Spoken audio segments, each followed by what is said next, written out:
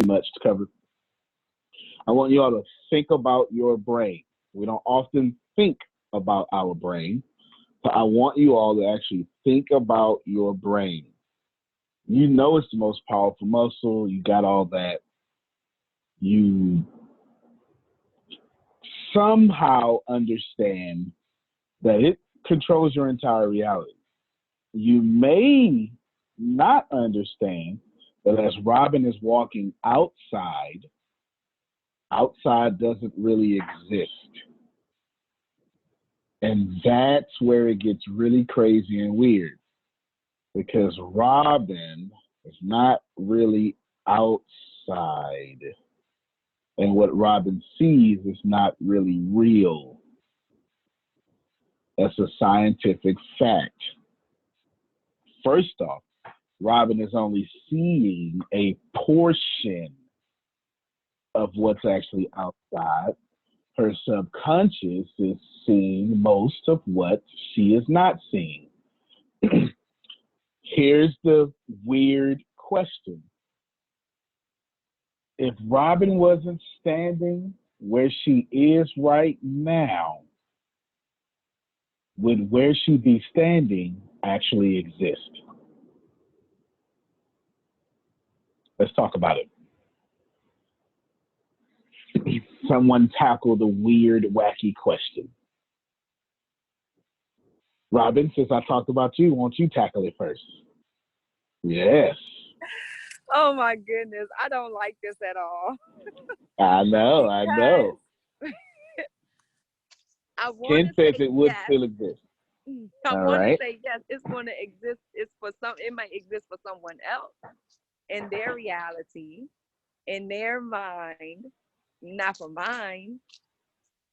That's what I got. But sometimes I feel different, but I just can't remember what my thought process would have been for that. Fair enough. Thank you for your feedback. Ken says yes. I want to go with the iPhone that has its hand up. iPhone, would you? Oh, Evod Bashangi. Okay. What do you think, Evod? Hold on. You got your mic disconnected. You are unmuted. Your mics are disconnected, or your phone just could be muted, like on your phone. You see it? She tapped her phone like a man. Like, come on, Hello? work. Yep, we got you. We got you. We can hear you. Okay. She tapped her phone. She beat what a man like does. Like, come on. Is that the question that if a tree falls That's in the absolutely woods and the no one's question. there to hear it? I think that if it falls, you still hear it, because if you're the only, like, if I'm the only one that matters, and I know that it fell, and I know it made noise, or I know that I'm out here, that's all that matters. So of course I'm here, right? That's one answer. Both you and Robin have the same answer, and Ken has the same answer. Robin wants to respond. Go ahead. She wants to re-respond. Okay, yes. The fact that she said that, I totally agree with that, because there's still an impact that happens, kind of like the whole butterfly effect thing. But so they say that every time a butterfly flaps its wings, or it creates some other type of universal effect, like on the weather and things like that. Like, yeah. So thank you, Evod, for that one. All right. She's like, thank you. Thank you for backing me up, girl. Because he asked a crazy question. Stupid question. Of course, outside will still exist. It's here now, ain't it? Yeah, I get it. I totally get it. Definitely understand, and I don't fault you for sure. Ken says it will exist. Well, Ken, if you can, I'm not sure if you may be at work or something, or in traffic, but you can unmute your mic and chime on in there. Does he have a mic attached? Yeah. We're. Can you guys hear me? Okay. Yep. Hear you loud Awesome. and clear. So yeah, I think it still exists. I think, in our mind, we're limited in thinking of, if I'm not there, then nothing is possible, right? It's just not possible that it exists, but it's infinite. So I'm not in Sri Lanka right now, but something's there's a tree in Sri Lanka that somebody's looking at right now that I can't see, because my mind isn't big enough to contain all of that information. All right. Now, you dibbled and dabbled in. You went right where I wanted you to go. You really did. Okay, you really did. I want you to pay attention to what he said. In Sri Lanka, it does exist over there because someone is. That's all I want you to pay attention to right now. Okay, good. Fantastic answer. The question is, Robin is walking, or she was walking outside. Now Robin is slicing up apples in a very weird way that she does it. It's weird. She slices them up like thin pieces of cheese. It's crazy. And would Robin's apple exist if Robin was not in the room and no one else is in the room? Would it exist? Is it possible? I'm going somewhere with this. Yes, but the form might be different because it'll still be a whole apple because she's not in the room. All right.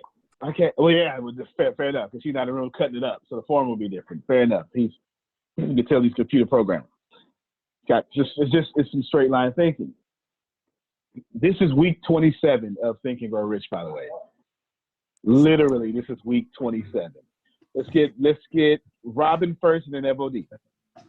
So no, the apple would not exist because I am the one who brought it into the room. So it wouldn't exist in the room until I bring it into the room. All right. FOD? I think I'm just going to back her up again. I was going to say, how can there be an apple without an observer of the apple? All right. We're getting closer. Okay. Someone intentionally said observer this time, which brings us back to Ken's answer. Ken said, well, of course, the trio there in Sri Lanka, because, watch it, someone is looking at it. Observer again. An observer. Okay, we're getting closer. Good. This is where this gets hard, because you've been taught a reality that doesn't really exist. You've been taught a science that only works in what you would call Newtonian physics. And you don't quite understand quantum physics or just how your brain works. And since we're talking about the brain and I am just a raging nerd, we're going to get a little deep right now. All right. Do I really exist right now on this Zoom call? Am I really here?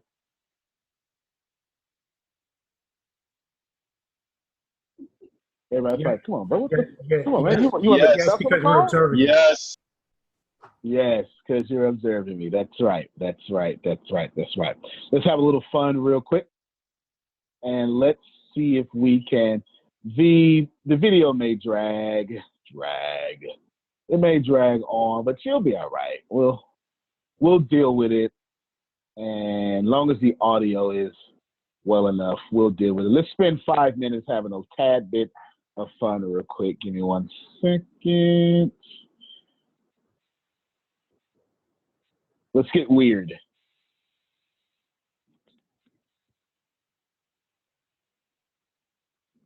Vaguely remember their name. You're like, 60% of me really wants to say Paul or John, George, or the other one. Well, congratulations, because you're experiencing quantum mechanics. Cool. There's this underlying idea in quantum mechanics called superposition. The idea behind it being that a quantum object can be in multiple states at once. And those states are completely indistinguishable until a measurement is made on the system.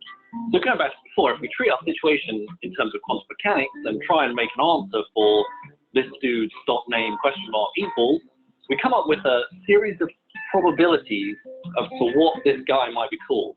50% John, 30% George, 10% Ringo, 10% the other one, all of which sums to 100%, and step us precariously towards our oncoming social faux pas.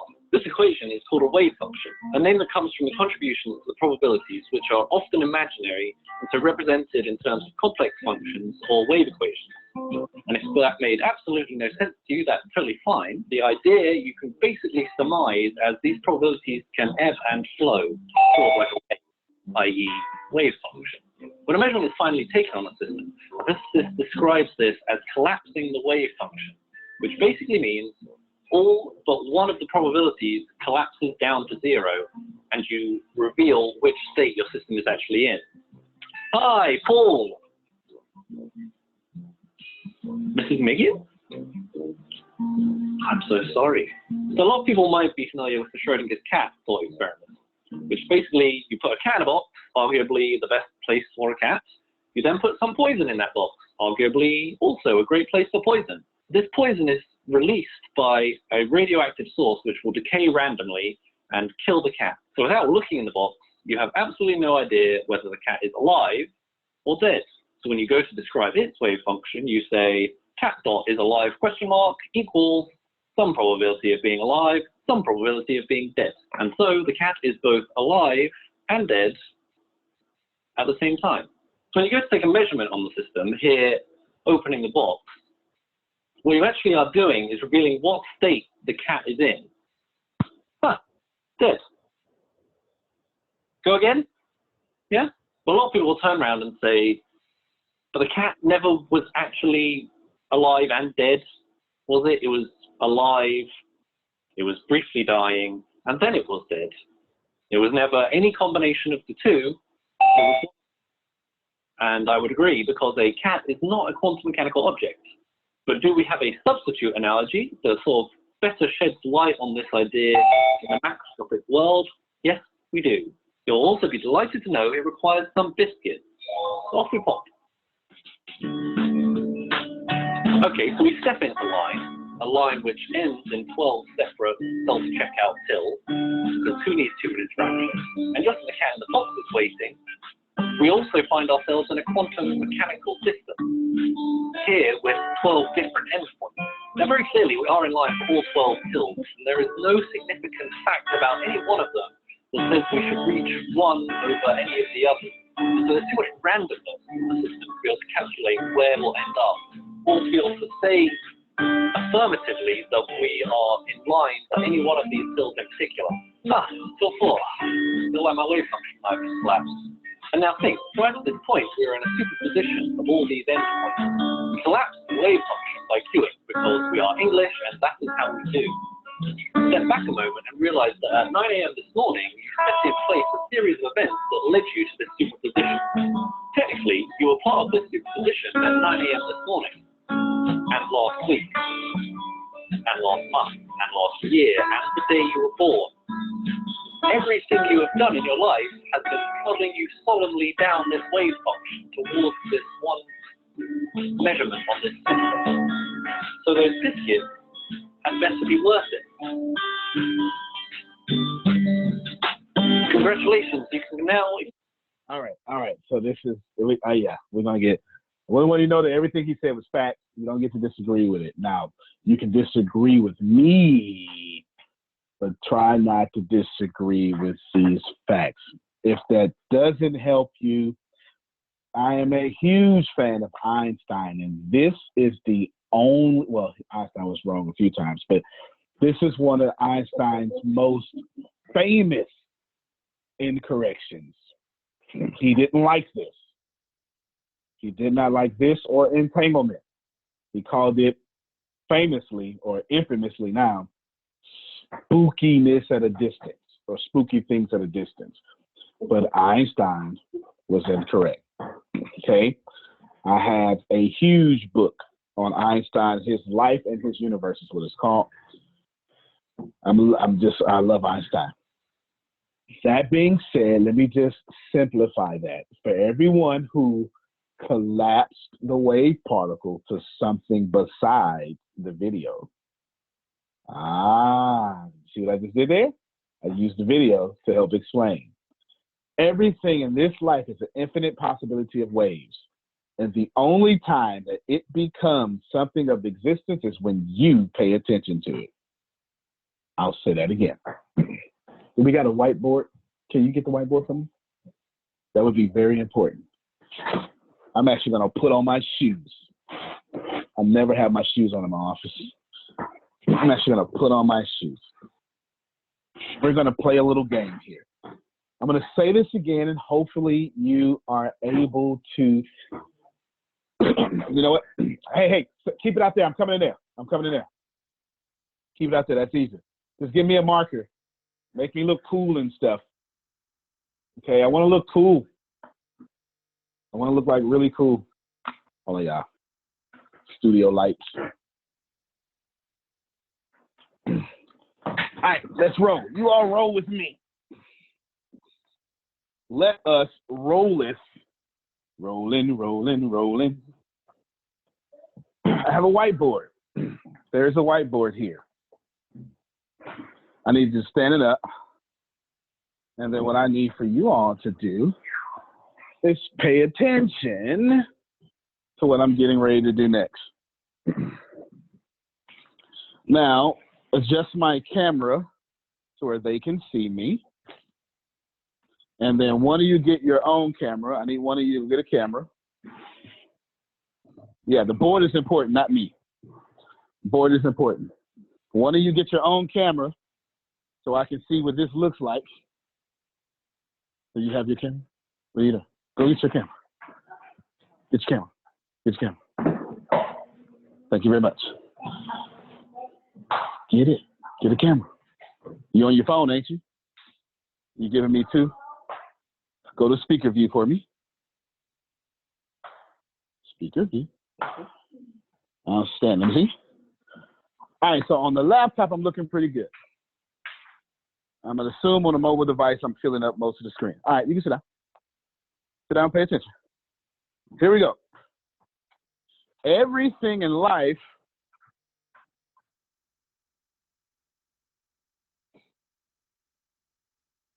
is a waveform. If we got a darker marker, that would be most excellent.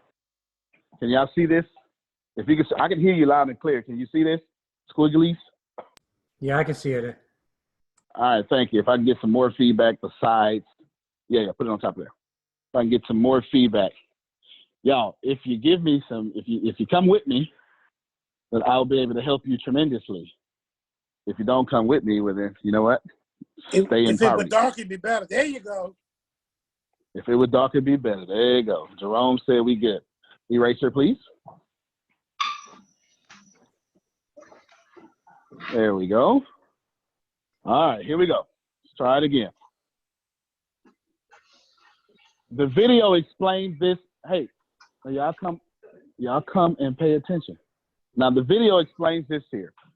The video says that the one machine that the man went through was here. And what we'll do is we'll color that in as a point, as a definite point. Can everyone see this definite point? Yes. But before he got there, everything was like this. It's called a waveform. Can everyone see the waveform? This is very important. This is very important. I'm leaning in now. I need all of you who are actually listening to say something or type something. Because you have never Listening. or most likely have not, you're failing, thank you, because someone's not giving this to you. Thank you. Here we go. Everything in your life, thank you, sir. Everything in your life. Now, I've been at work since 200 hours. So that's, and this is 1,900 hours for me. I've been at work since 200 hours. Okay, so get with me. Now here we go. Everything in life is a series of infinite possibilities. Does everyone understand what I'm saying right now? Don't worry about what I'm saying in the future. Okay, there's a billionaire that told my financial advisor some good advice. My financial advisor, Michael Tate, was a billionaire. He told him some good advice. I'm gonna tell you what the billionaire told Michael Tate. Tate, be present where your feet are. Repeat that, please. Be present where your feet are. Wherever your feet are, be present. Some of you, your feet are here, but you're not present here. Got it. Am I making that make sense to you? Yes. Be present. There's an infinite possibility. Can you see this pretty good? Let me see how you see it. No, put on speaker view so I can see. Yeah, hell yeah, you can see that good. That's fantastic. Look at this. Here we go, right? This is the infinite possibilities. Once you observe this,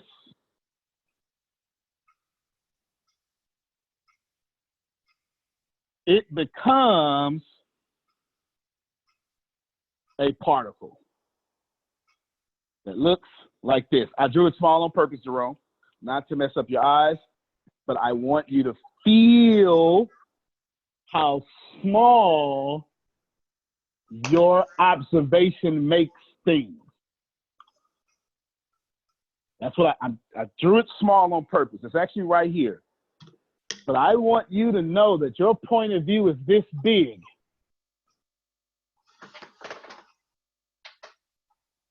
You are not that big of a deal. And what is happening to you is not a big of a deal either. Now let me talk to somebody going through something. The laws of physics apply to your situation. If it cannot rain in a cloud forever, why are you believing it's going to rain in your life forever?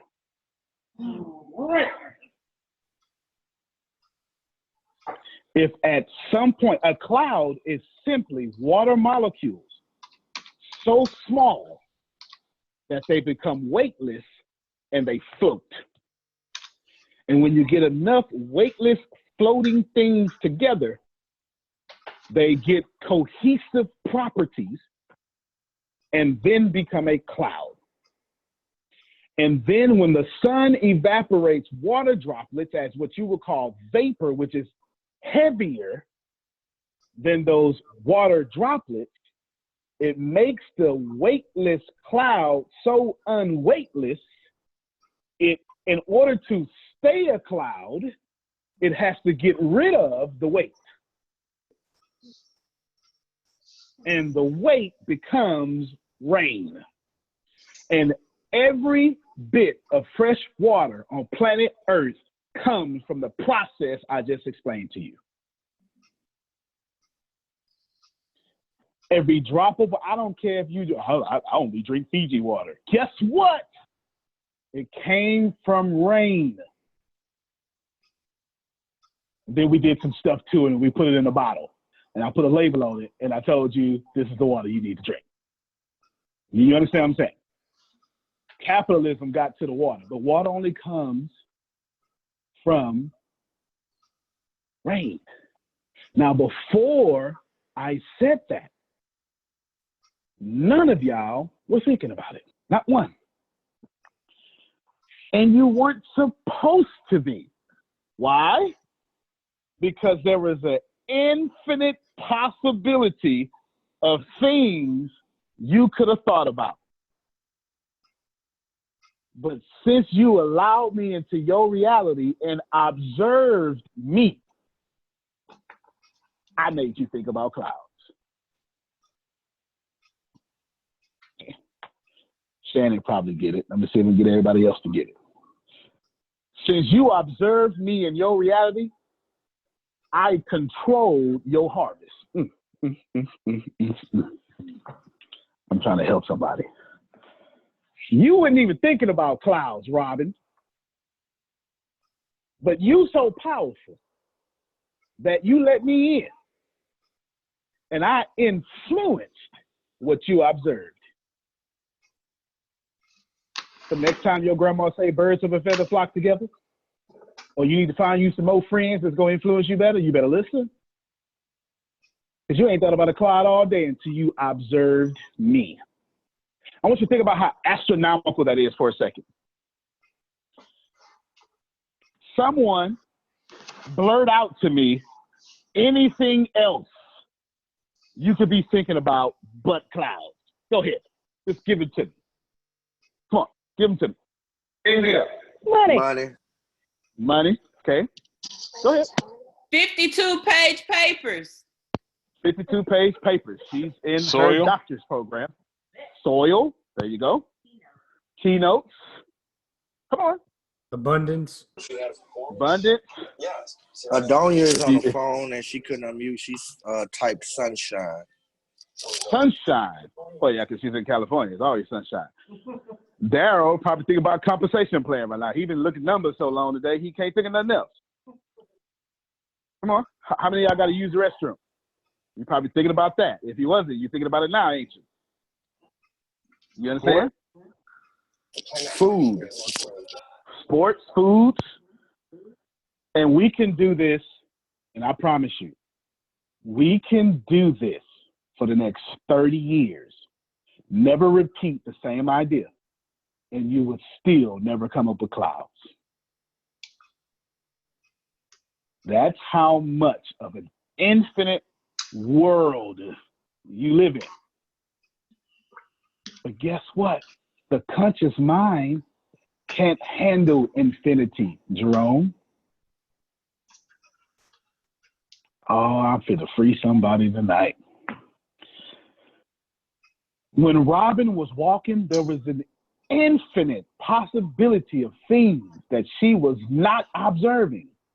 She couldn't, because she's walking now. There are spiders around her. She has no idea. She has no idea. She just looked over her shoulder. But I promise you, somewhere in the grass, somewhere, there is an insect. I'm serious. I'm dead serious. And there's not just one. There's like 1,000 insects around her right now. She's not conscious of it because her brain said, her conscious brain said, child, we don't need to count no bugs. We need to get to where you said we're going to get to safely. Antonio, I Yes, sir? I agree with that. I need you to do one more thing. You don't have a for me. choice. It's science. Yeah, I need one more thing for you to do for me. Yes, but sir? you don't have to do it. You don't have to answer it now. But I want you to answer Okay. it in your presentation. Okay. Because I want to get this. What about the person who's blind? Okay, you ain't got to answer Okay. now. Just include it in the presentation. No, I got you. Because sight has very little to do with observation. Whew! Jerome set me up for a home run. Please know that if you only got your last $20, you didn't see that.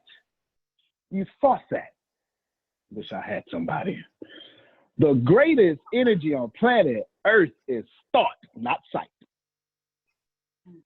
The blind man or woman also has an infinite possibility of things that can happen to them. Stevie Wonder chose fame and fortune that he could never see. But his mind said, I shall experience it. Helen Keller, come on, could never see, hear. That didn't stop her thoughts from attracting a life that she would be remembered forever. Sight has nothing or very little to do with observation. As a matter of fact, there is a sacred text that says, stop using your sight and walk by faith. I didn't mean to do that one, but Jerome did that one. Yes, he did. Yes, he did. Go there, sir. Go there. Go there. Blessed are you if you lose your sight. Let me read the chat. That's why you can see poverty going up, but think yourself up. That's it. That's why you can see poverty growing up and think yourself wealthy. Now, let's go back to my board. Adjust this for me, Grace, where the board can be like beautifully seen, because I've moved the camera. That might be good. That's what I said. Good. That's good. That's good. That's good. Now, pay attention. Everything in this world is only this. Only. I promise you. You ever been in traffic and it was so hot outside that the ground, the street, miles ahead of you looked wet, but when you got to it, it wasn't wet at all? What that was the sunlight creating an infinite wave possibility. But yeah, Houston traffic. But as you got closer, your consciousness couldn't handle this, Robin, couldn't handle the wave. So it had to create a particle so your brain can feel like it can handle reality. I'm trying to help somebody. I'm building my case. I'm going to one place now, just one. And then we're going to talk about it. But I got to build it. Because if I just come out and say that you have collapsed this into what you don't want, you ain't going to like it. And you ain't going to believe me. So I got to build it. If I just come out and say, you're the one collapsing the wave into a particle. If I come out and say that, Jerome, they're not going to like that. And they're not going to accept it. So I need you to connect the dots.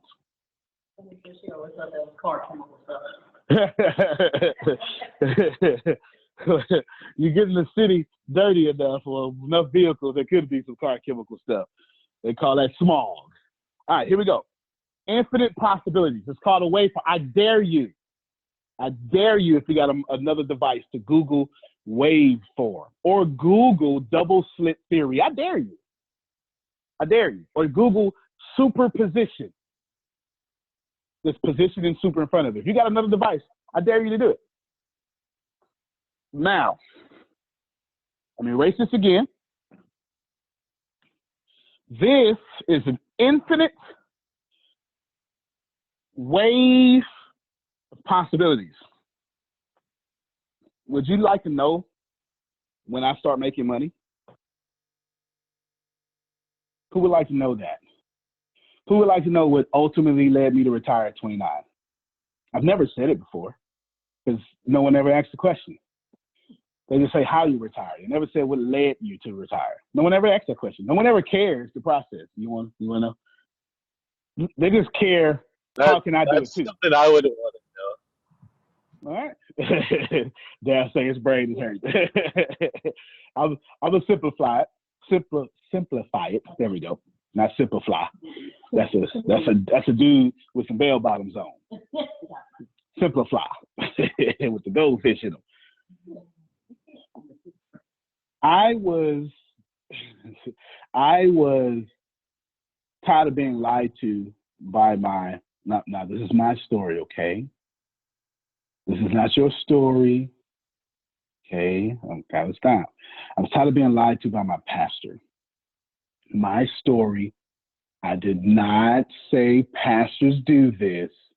I said mine, okay? And I kept saying, Johnny, every time I have a question, you don't answer my question. It bothered me. And so I left, joined the army, and I went search for the answer, and I couldn't find it. And I didn't know why. I never start reading until 2008. I hated reading. I was so ignorant about reading, I would brag, Jerome, about the only thing I read is the side of my cereal box. I literally would say that and thought I was cool. And then one day, I lost everything. Hurricane Ike. And all of a sudden, I wanted to start reading. Now, what actually happened was I collapsed my thought process on getting out the hood. And when I did that, the fire for reading jumped on me. Okay. And since I'm a nerd, I like science, I started reading quantum physics. And I learned more about God in quantum physics than I ever did in the church. I'm telling you, this ain't your story. This is mine. I'm being respectable. This is mine. I believed. I was very shaky. If there was a God, it wasn't one. And if it was, he had a problem with me. You understand? This is how I thought. That's just me. I know y'all saved. You don't think like that. Me, I'm ignorant.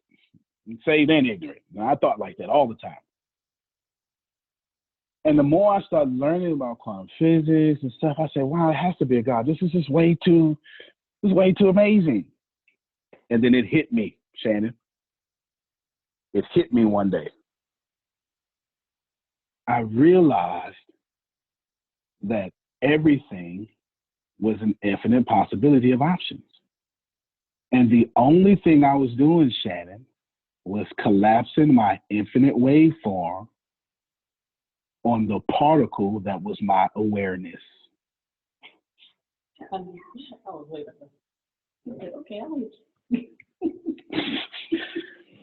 I realized, FOD, I'm going to get to you in a second. I realized, FOD, let's go back to the board. This is what I'm saying. I'm going to make your brain stop hurting. I realized that I need another, give me that green one.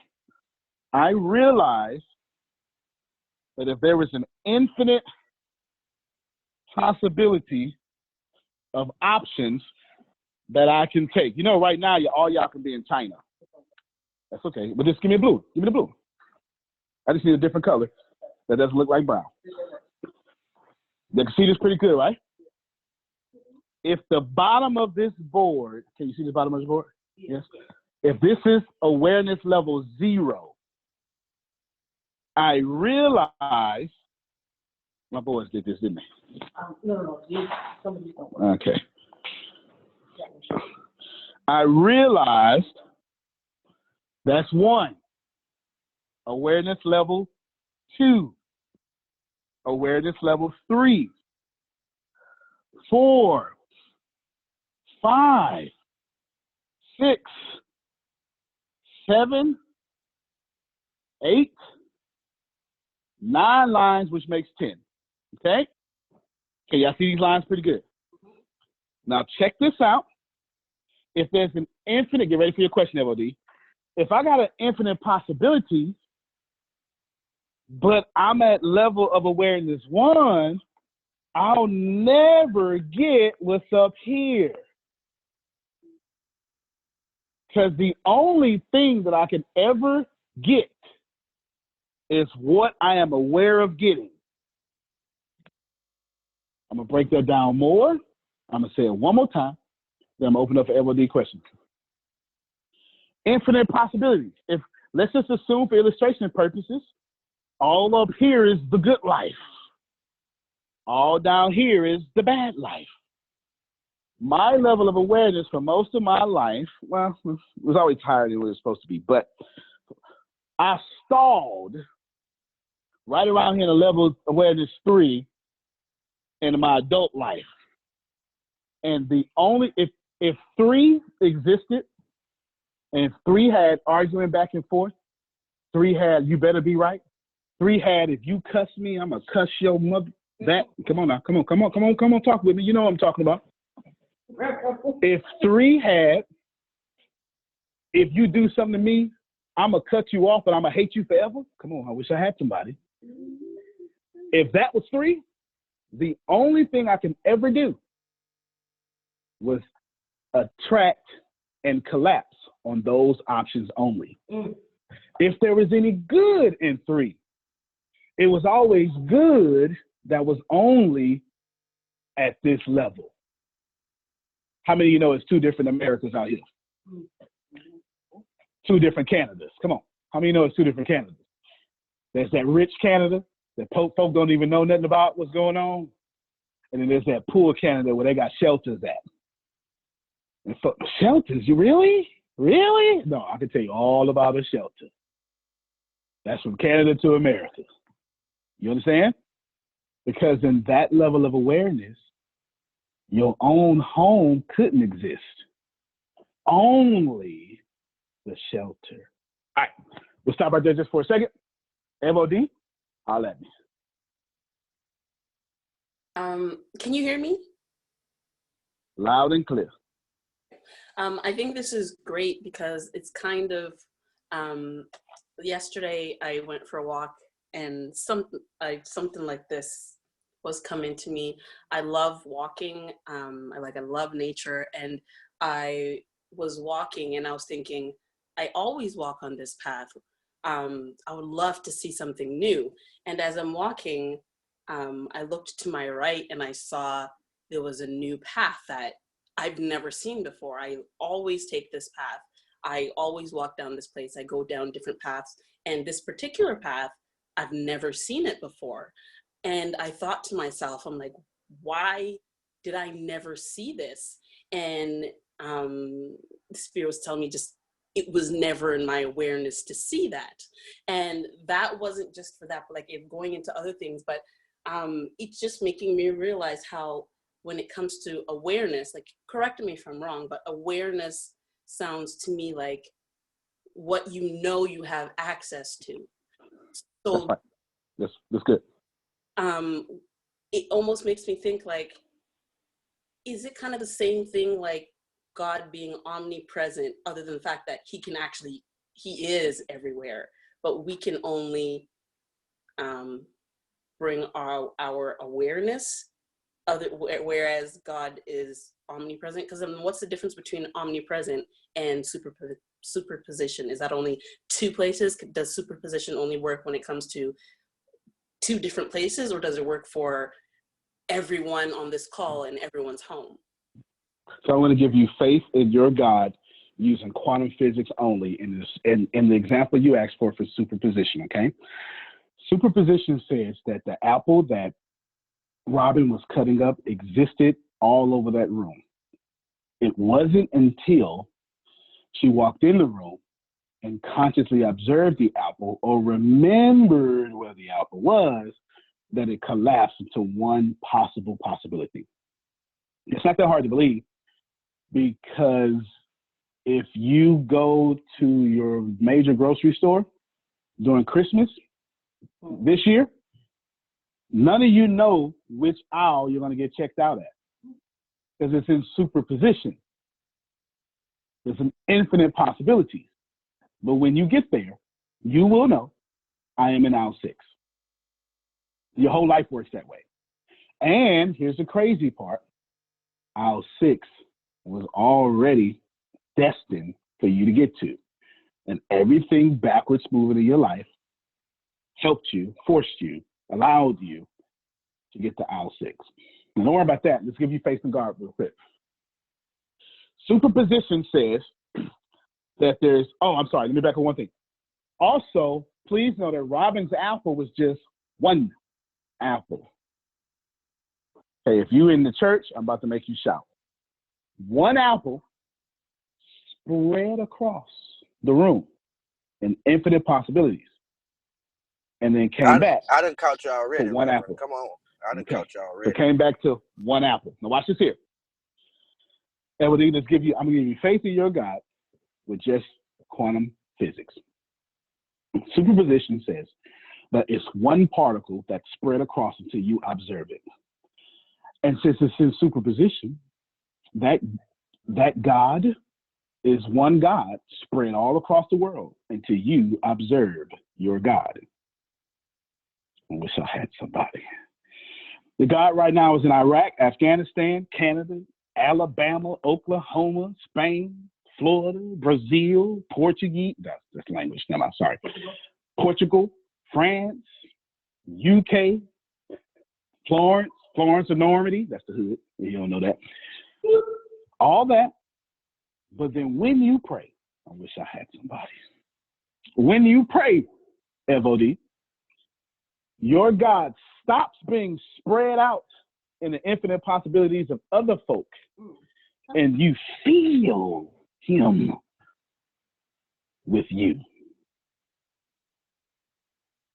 I just did something. Wait a minute, God dog it. And that can be explained with quantum physics.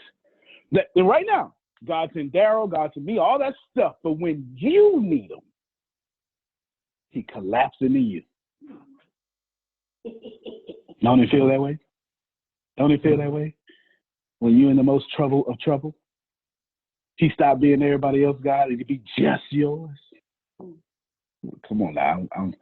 Let me talk to some folks that actually been to jail before. Let me talk to some folks like me. I've been to jail before. He was all out in the free world, but he found his way into my cell through superposition. Boy, you gonna make me holler in these people's stuff. That's quantum physics, right? Now, before I get to James' question, I want you to check this out. Entanglement says that since everything came from the world in one place, some scientists would say the Big Bang, some scientists would say God. Let us make man, right? That doesn't matter, however you want to do it. It's up to you. But it was in one place, FOD, one place, and then exploded into creation. But since we came from one source, we are still connected to that source. So whatever entanglement says, if you take two particles that were once connected, whatever you do to one particle at a distance, across infinity timelines, what you did to one particle happens to the other particle. Can I make Brian shout? Whatever you do unto least of these, my brother. My brother. You do also unto me. Your Jesus himself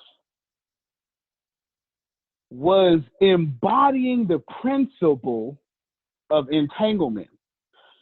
But since he was in a physical body, he said, I'm going to send someone that don't need to be physical. I'm trying to, boy, since I can only be in one place at one time, I'm going to send the comforter who can be in all places at all times.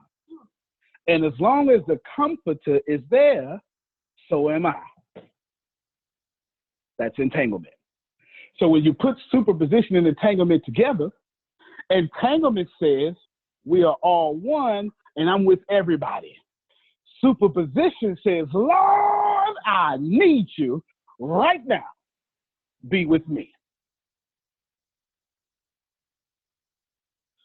All right. James, talk, and then we You open feeling it this up. thing, boy. All right, James. Let me hear from you, James. Then we'll go back to MOD. And we showed up to open it up for responses because that's just way too much. Go ahead. Okay, this was going off of what I heard FOD said about God being omnipresent, and also reading in the comment section. The way I'm receiving the information that you're saying is that like superposition is being in the right place at the right time with and without like consciously being there. Like you don't even know. It's like pulling up to the parking spot and getting that one parking spot. Like you could either drive through the whole parking lot and go find a parking spot, or you can just pull up and the parking spot present itself as you pull up. And leading to the next step, like you're speaking on the we won't know which register we'll get checked out at, but we'll get checked out at the one we get checked out at before knowing it. And That's it just keeps it gets deeper because it's like the more you sit still, the more everything around you moves for you. And at the same time, it's like okay, this one's from Rich Dad Poor Dad. He goes, I don't work for money, money works for me. And when he said that, and I like collapsed on that, my thought process is collapsed on that. Now I'm thinking like, okay, how I worked for money and exerted all that energy working for all the money that I worked for, I need to basically like reciprocate that, where where that money that I was working for starts working for me, and I don't have to work for it anymore. That's just like I'm connecting a dot with that example and scenario. Yeah, because that's how I'm receiving this information. Yeah, because once you collapse your observation on money works for me, money could do nothing else but work for you, because that's what's in your awareness. It's no different than Robin seeing an apple.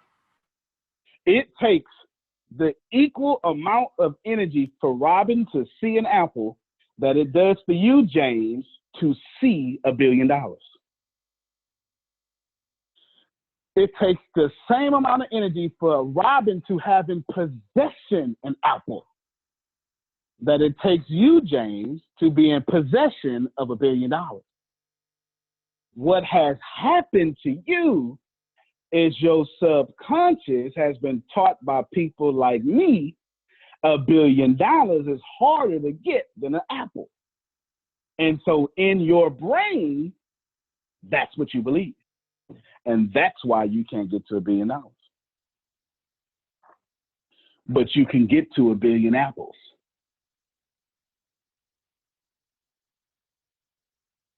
Come on. If I ask y'all to go see 1 billion apples right now.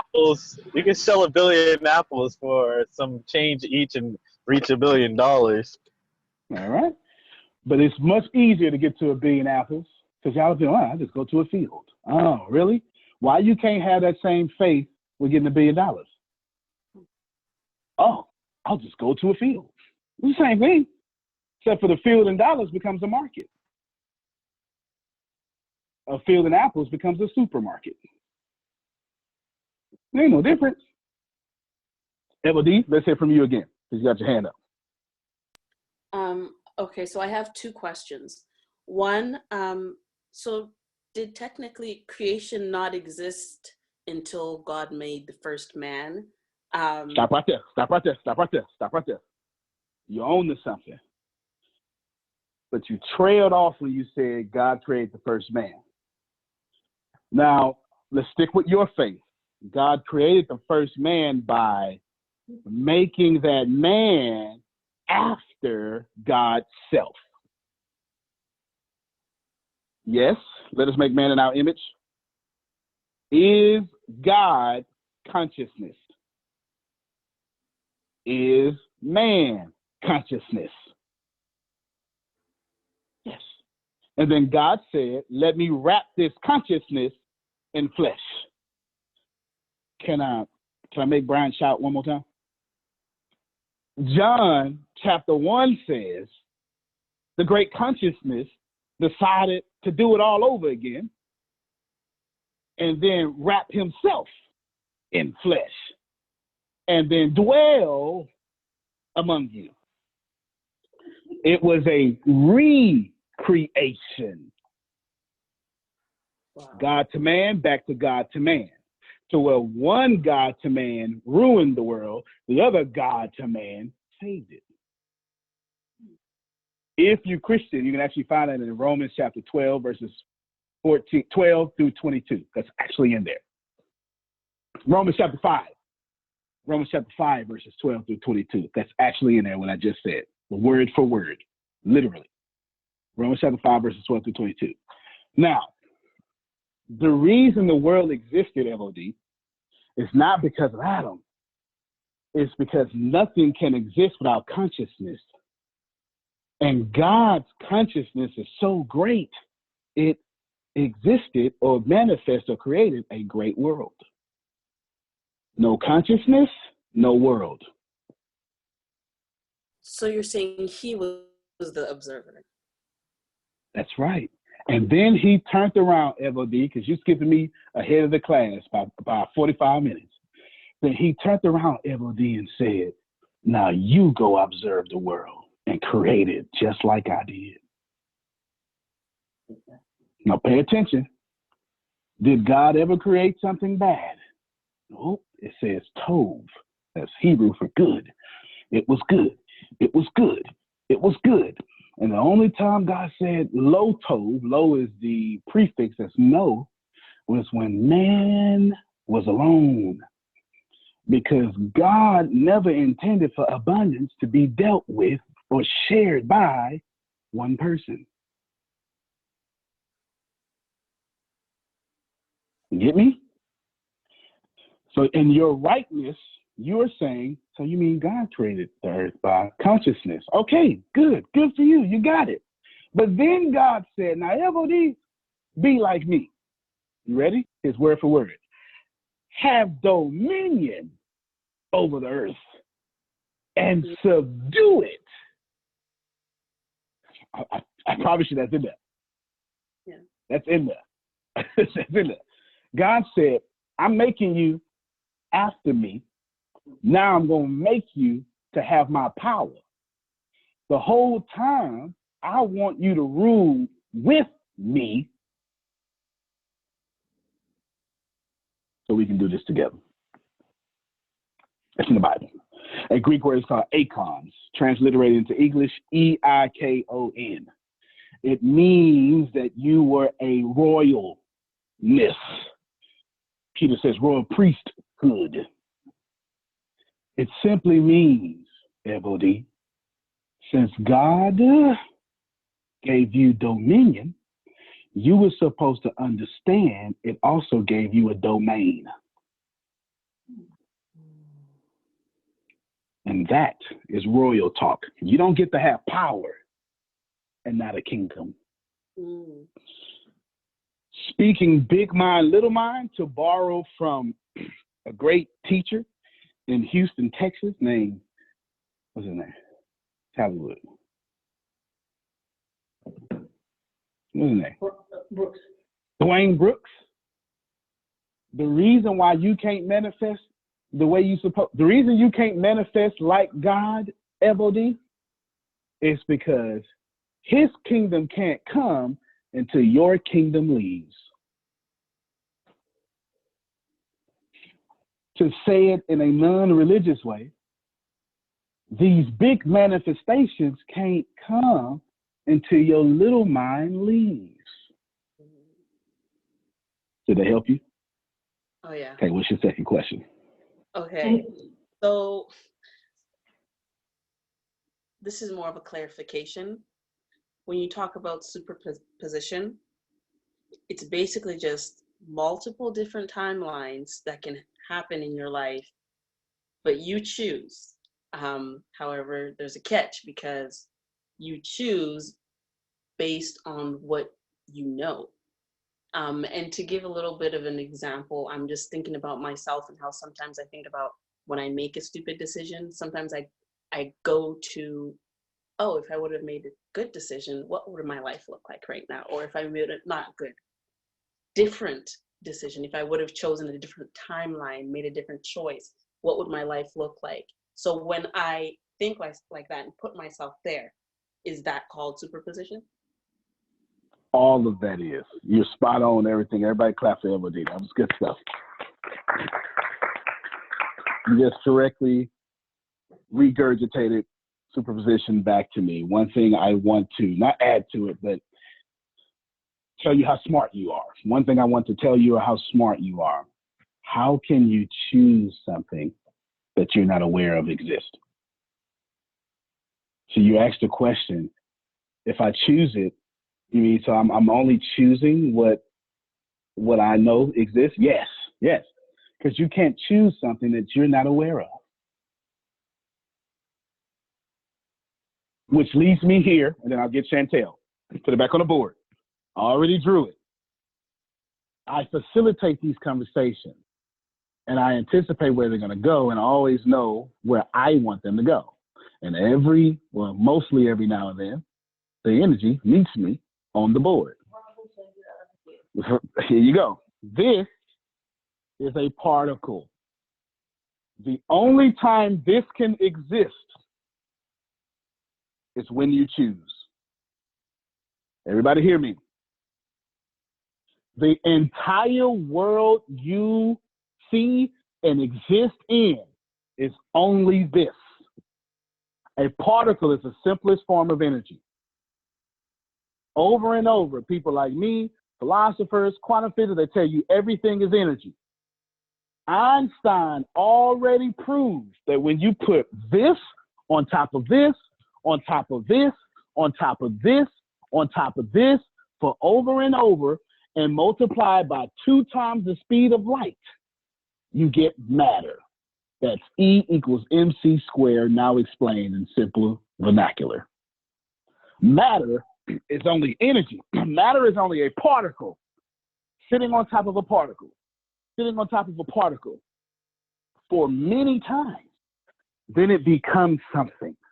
And you don't have anything in your life that you haven't put on top of itself, on top of itself, on top of itself, on top of itself. So if you don't like your life, it's you doing it over and over and over until it finally exists.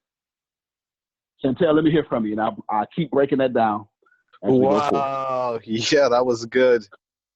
I appreciate you. I go with James. That was really good. Really good.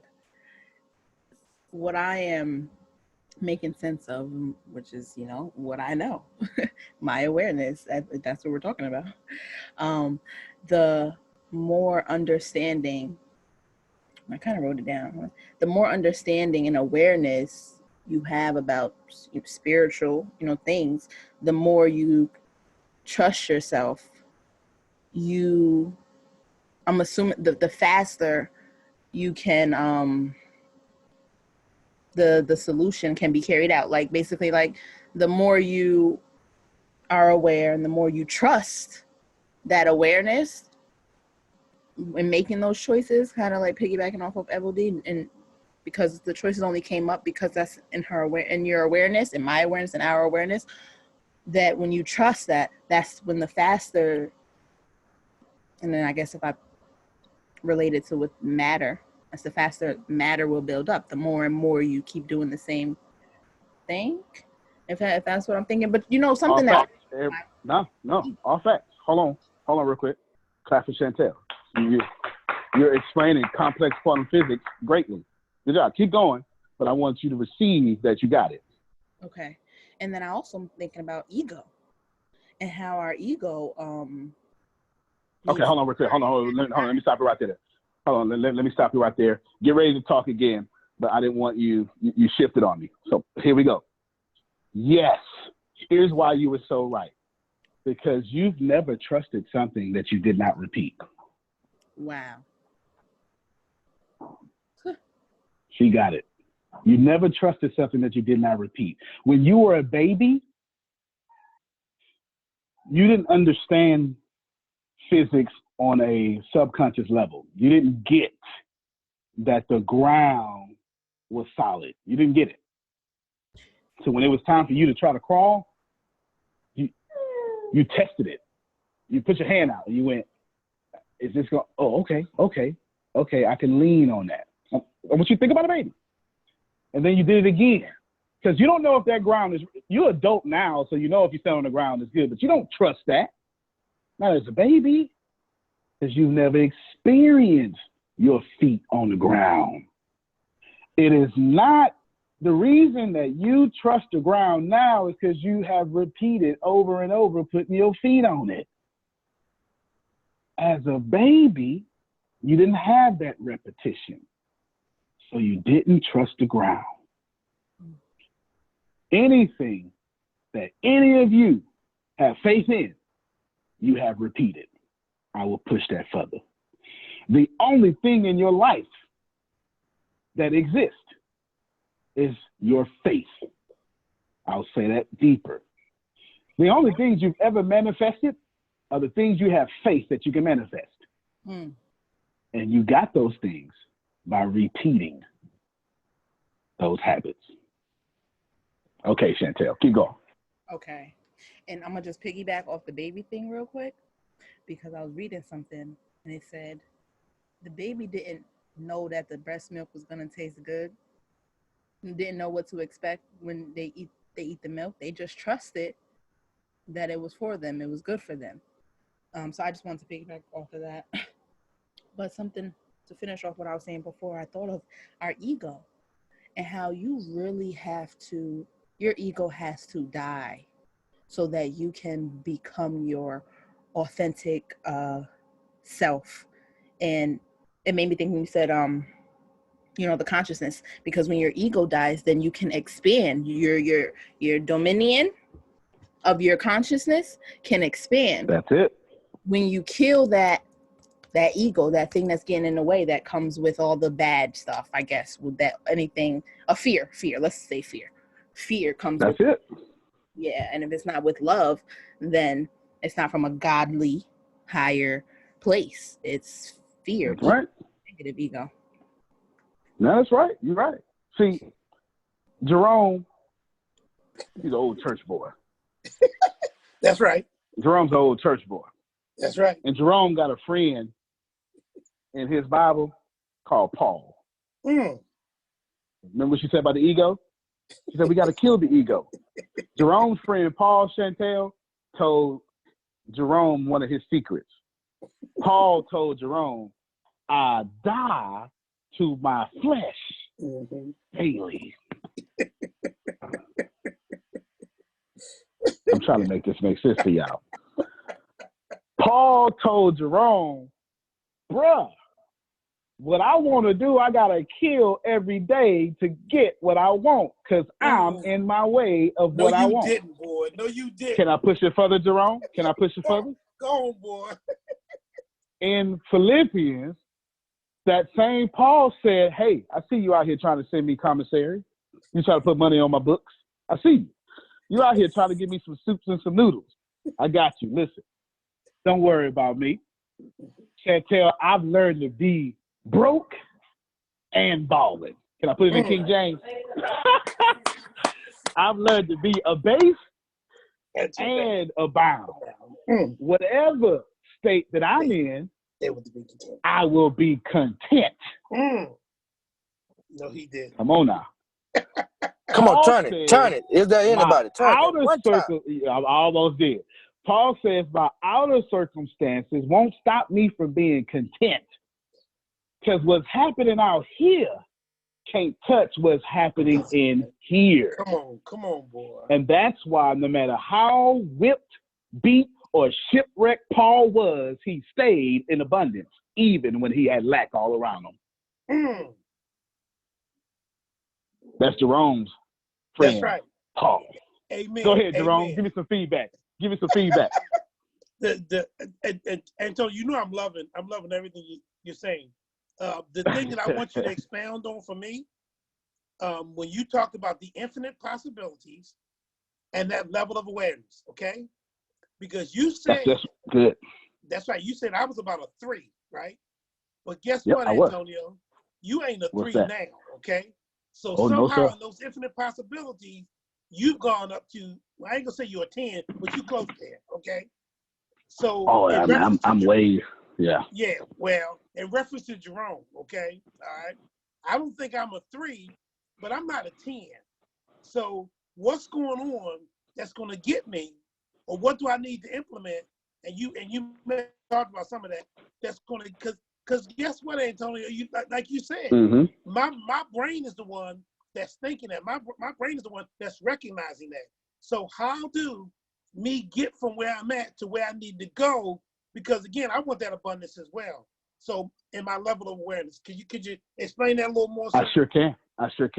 That's why we're talking about this chapter, the power of the brain. So the easy answer for you is you're going to use the power of the brain. I'm going to go deeper, but did you receive power of the brain?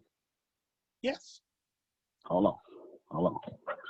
Did you receive that your mind got you in it? Oh, yeah. Your mind going to get you out of it. Oh, it's on me, dog. Ooh. Amen. Amen. Can I, you know what?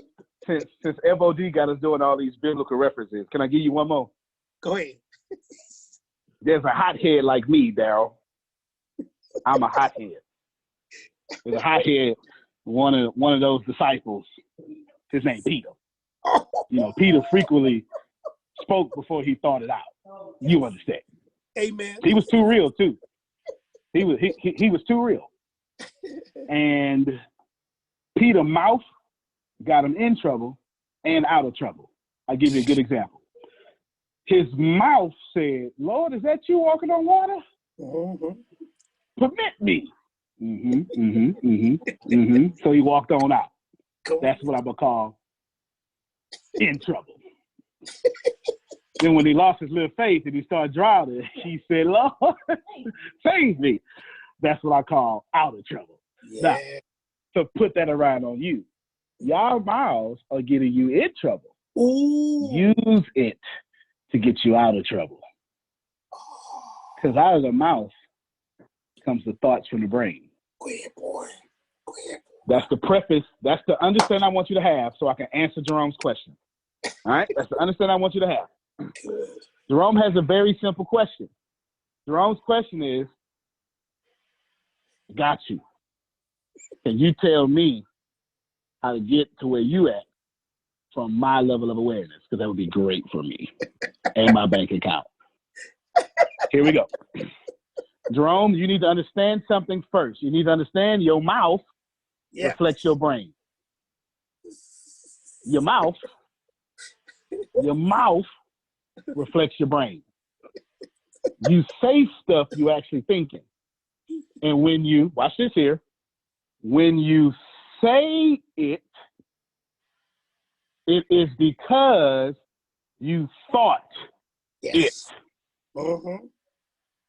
When you thought it, it made you feel a way about it.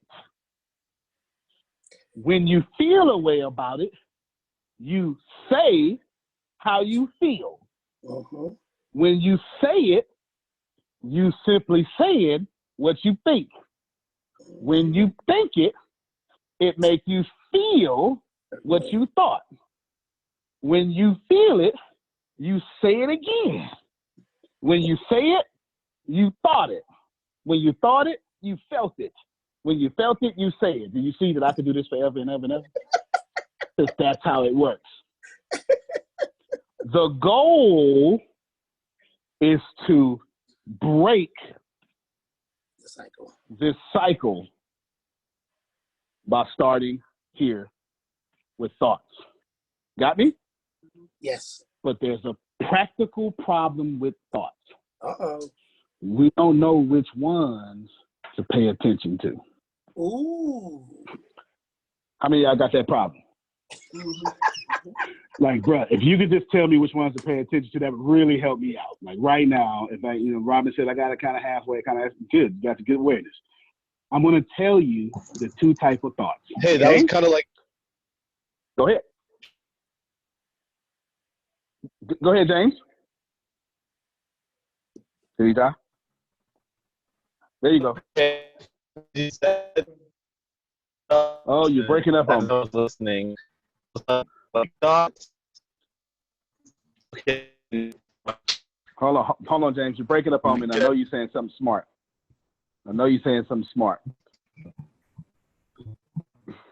This is what you do. Hang your foot up at a 90-degree angle and put foil paper on your head.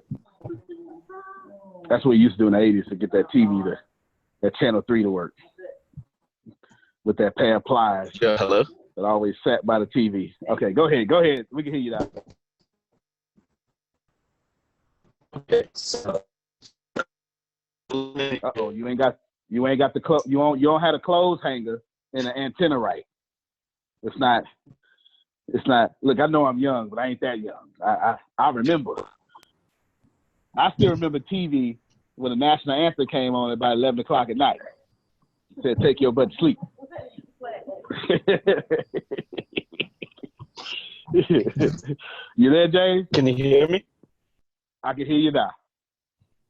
Okay, so it's like thoughts lead to actions, which lead to circumstances. As you explained that to Jerome, that's how I took it. That's how I feel it. No, that's a great way to take it. I just want you to add into that actions are just thoughts in motion. That's all. Actions is thoughts, and all in actions motion. are thoughts and emotions. Oh, motion. In motion. When you moving, that's just your thoughts in motion. That's all. So when you slap me in my mouth so it's like, because you mad at me, that's just your thoughts slapping me in my mouth because she's mad at me. You get it? That would make sense. Okay, good stuff. But there you go. I was Appreciate going to say instead of slapping you, you're breaking up again. I know it's good though. Soon as you come back, let me hear it. I know. That's all right. That's all right. I'm gonna move on right now, but as soon as you get to a good spot, jump back in because I definitely want to hear from you because I want to hear from everybody. All right, now here we go. Jerome, you still there? You see there? Uh-huh. All right, here we go. Let me cover what we just said. Jerome asked, hey man, at my level of awareness, how can I get to where I get to? I only said two things. For one, your thoughts, your mouth is getting you into trouble. Second thing I said is your mouth has a cycle. Mouth, thought, feel, mouth, thought, feel. That's what I covered thus far. And I said, in order to break this repetitious cycle, you need to start at thoughts.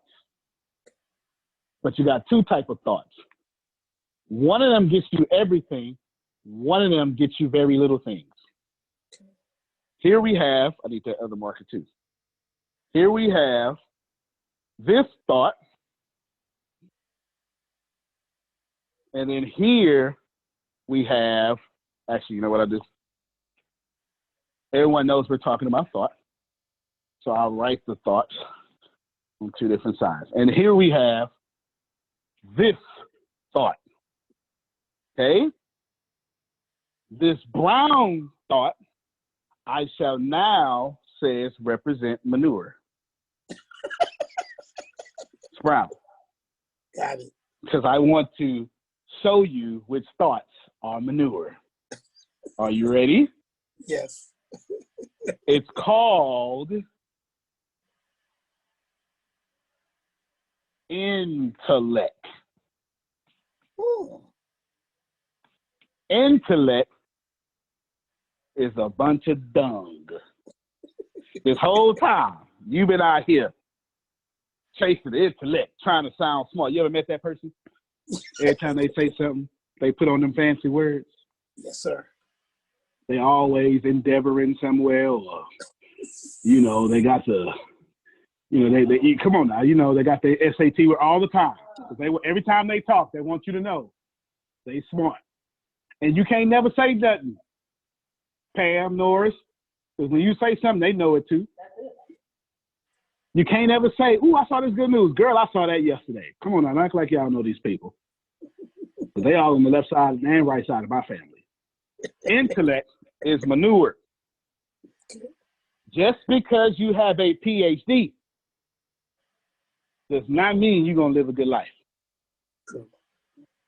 Intellect is manure unless you couple it with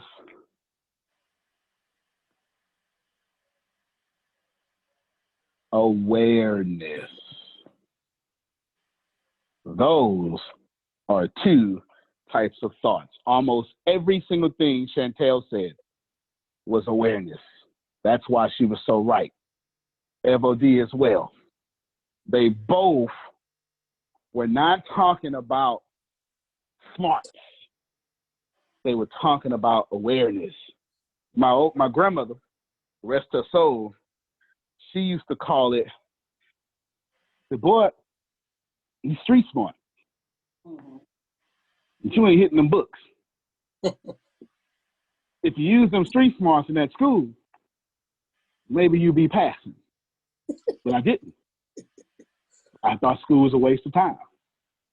The whole time I was in school, I thought school was the stupidest thing on planet Earth. Yeah. I just did. I thought school was stupid, and I was too fast for all that slow stuff they was teaching. I just thought it was stupid. Awareness, Jerome, is what you need to increase. Can I give you a good example of awareness? Please, sir. Is everyone familiar with Floyd Mayweather? Yes. He's a boxer. He's a boxer. Is there anyone not familiar with Floyd Mayweather? Everybody is that? Oh, your hand up for a question? Okay. Is anyone not familiar with Floyd Mayweather? Anyone not familiar? Great. Then we can use him as a great example. Is anyone waiting on the best-selling novel from Floyd Mayweather? No. Anybody? You should have saw shit in face. Anybody waiting? And I don't mean like, I mean a straight novel of the science of words and the origin of the letter R. Anybody waiting on that? No. Nobody. Because we all know his intellect is not too high. But he knows how to make $280 million in one night. That's awareness. Got it. I need you to get that this man with this 6th grade education, I don't know what he got, all right? He knows how to make more money than HBO. He can sit back and do a thought experiment and manifest $300 million in a night. That's his purse. That's for him. And then get his opponent $50 million. If you fight Floyd Mayweather, you can retire. Conor McGregor just did it. You mean I'm going to go back to UFC and fight and get my face knocked off for this little change? No, that's awareness. Awareness is full circuit. Well, I've been on your question the whole time. This is the end of your question, Jerome. Awareness, and the reason I keep doing it, because you don't really grow up in awareness. You actually grow out in awareness. But that's a whole different conversation. That's why I keep doing it. Yeah, you grow out in awareness. You start growing into other dimensions, but don't worry about that. That's a whole different weird conversation for another time. I have a weird podcast just for stuff like this.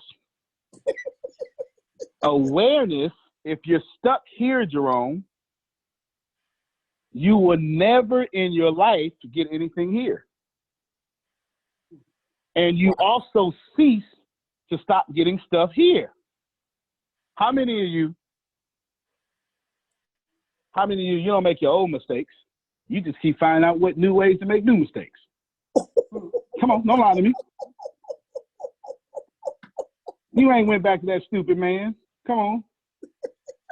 You made all the mistakes when you was 16, 17. You don't do that stuff no more. How many of you used to drink like crazy? Come on, let me talk to my folks. Yeah, you drink like crazy. Now you get you some red wine, you sip, it's all right. You don't make them same mistakes. Dry heaving over public toilets. You ain't got time for all that. Oh, Lord. That's this level of awareness. You don't do that stuff no more. But you can't get here because you can't see past here. This is why I always tell you that if your self is right, you're wrong. Because the moment you right, Robin, you stop the other level of awarenesses to get in your mindset. Right stops you, Jerome, from getting to where you want to get to. Wow. So the concise answer to your question is change your awareness. Because life is not, and this is Bob Proctor talking now, life, Jerome, will never give you a dime more than you deserve. Life has no grace. It gives you what you deserve. God has grace. Life is what you make it. Shannon, Chantel, FOD.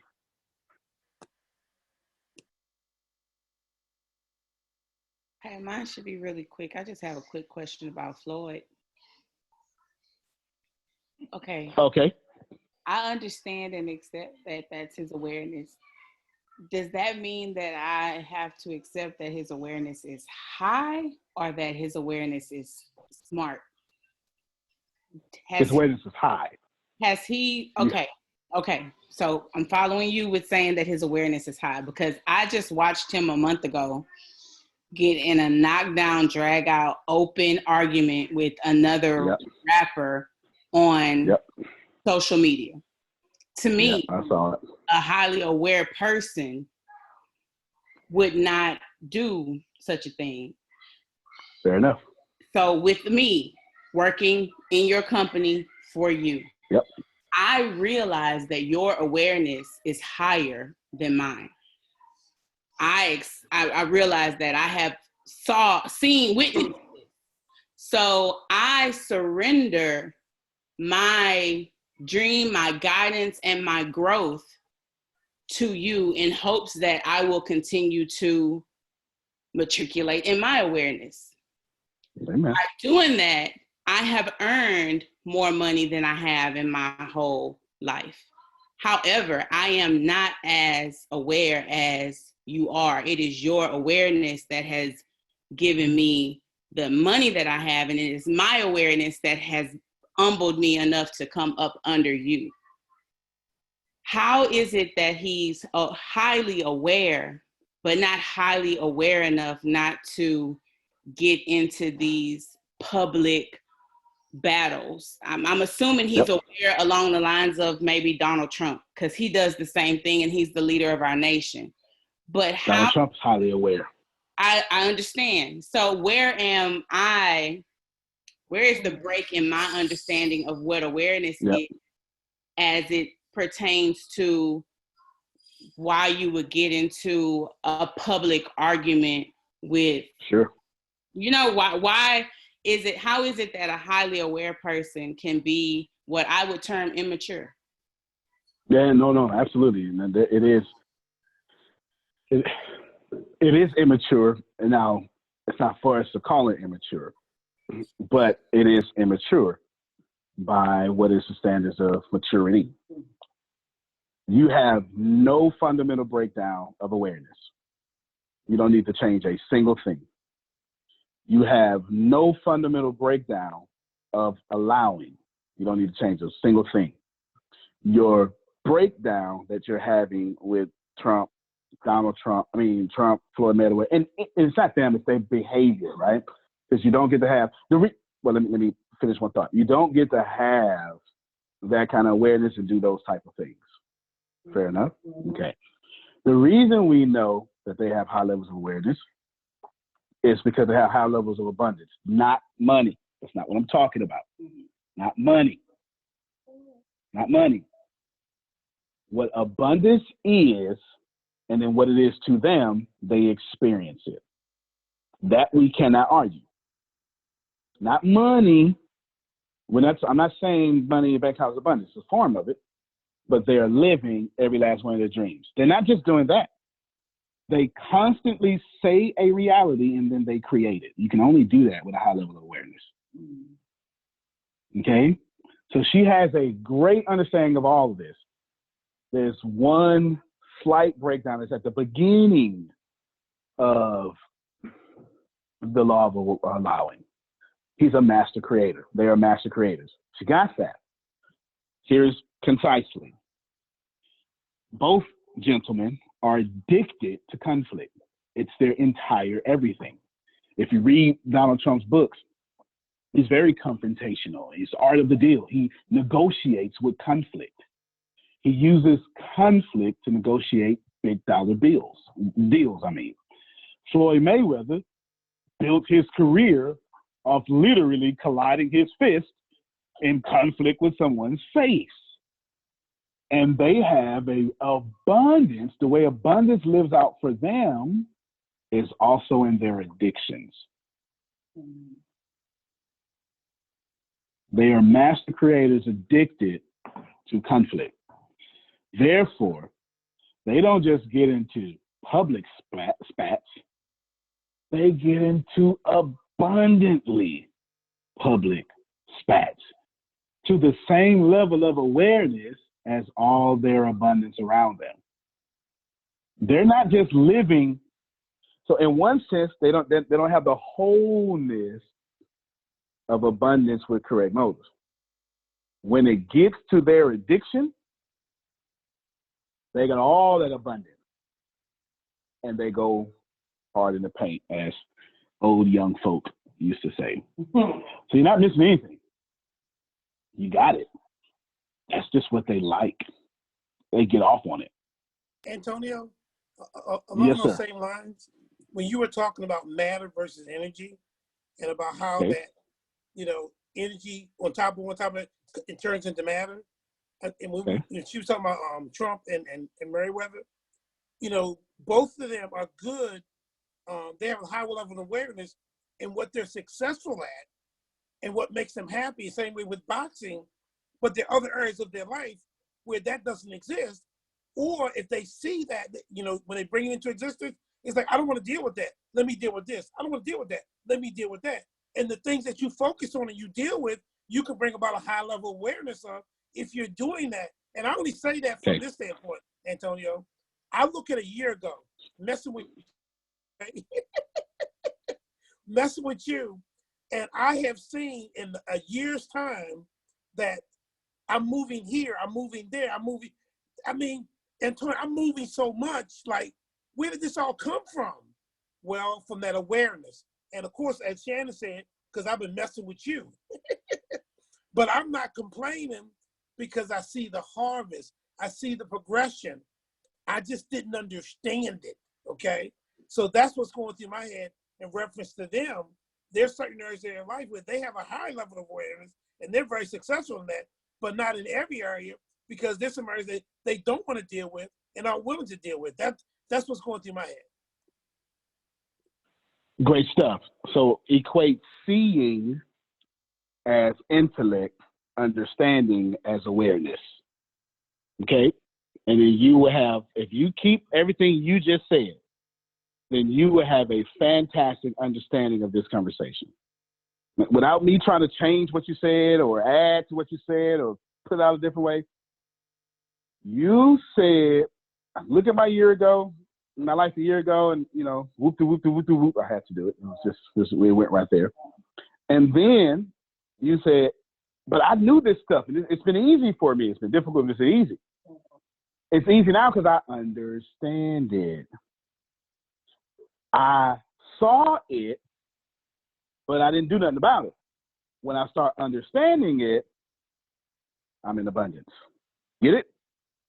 So if you, in your own understanding, equate see as intellect and understanding as awareness, you'll be just fine. Okay, you got me? I want to go back to Shannon real quick, because Shannon probably asked the best question in the last 6 weeks. This is Floyd, F. This is Poison. This is Trump. Their letters are big because they're in abundance, whether we like that or not. Shannon has no issue with this. You can hear it in her tone, her energy. Shannon has no issue with this. She's wondering why she can't respect them in the way that she respects me. Okay? Now, they have everything, different pen or marker, they want. But then when it's time to be aware and not do stupid stuff, they bring out the manure. And they intellectually operate in their addictions.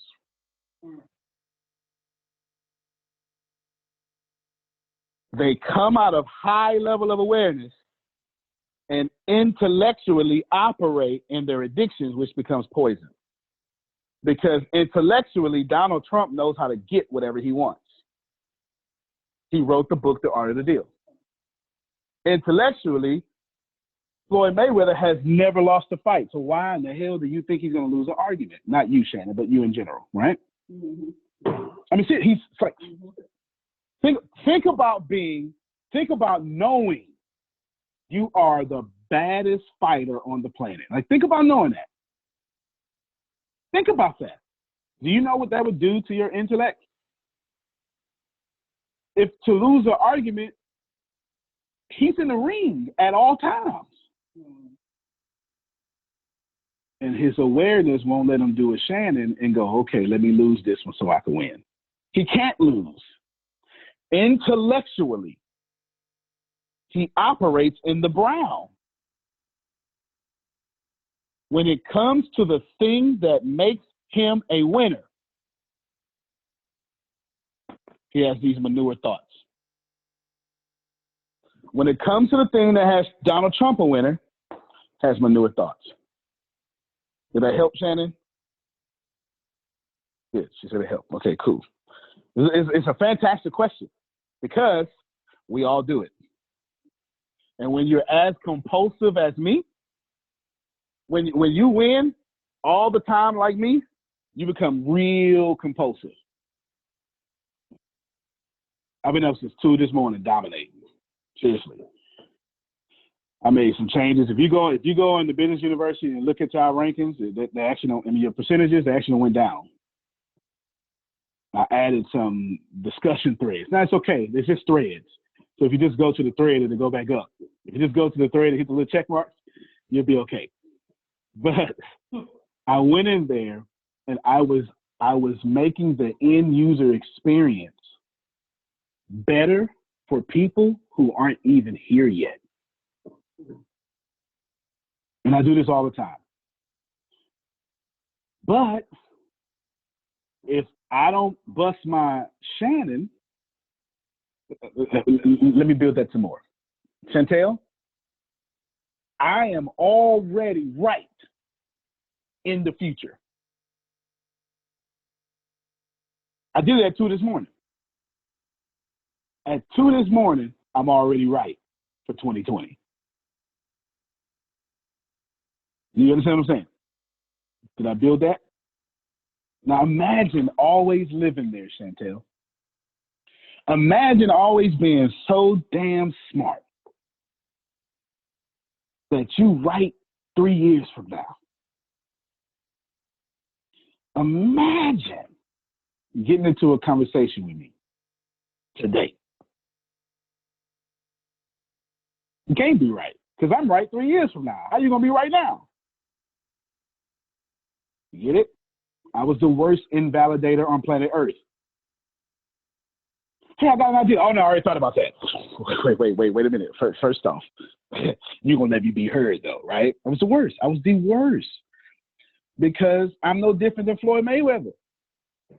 I make money winning. That's in the future. And so you can't be present with me because I'm intolerable in the present because I'm so right in the future. I'm being transparent. So what I had to do was learn that losses ain't losing if people actually like you and can be in harmony with you. Took a long time. I get it right most of the time. Sometimes I say, you know what, let me just kill all these battles real quick. I'm going to just crush all these, Chantel, real quick, crush. Bet you won't do that again. You know what I'm saying? But it's a problem. When you're always winning, seriously, I'm always winning. I was on the phone with someone.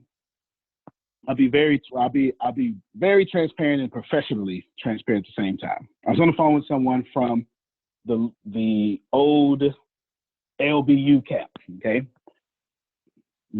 Today, an hour for the call. I made them promise, and I went back for them.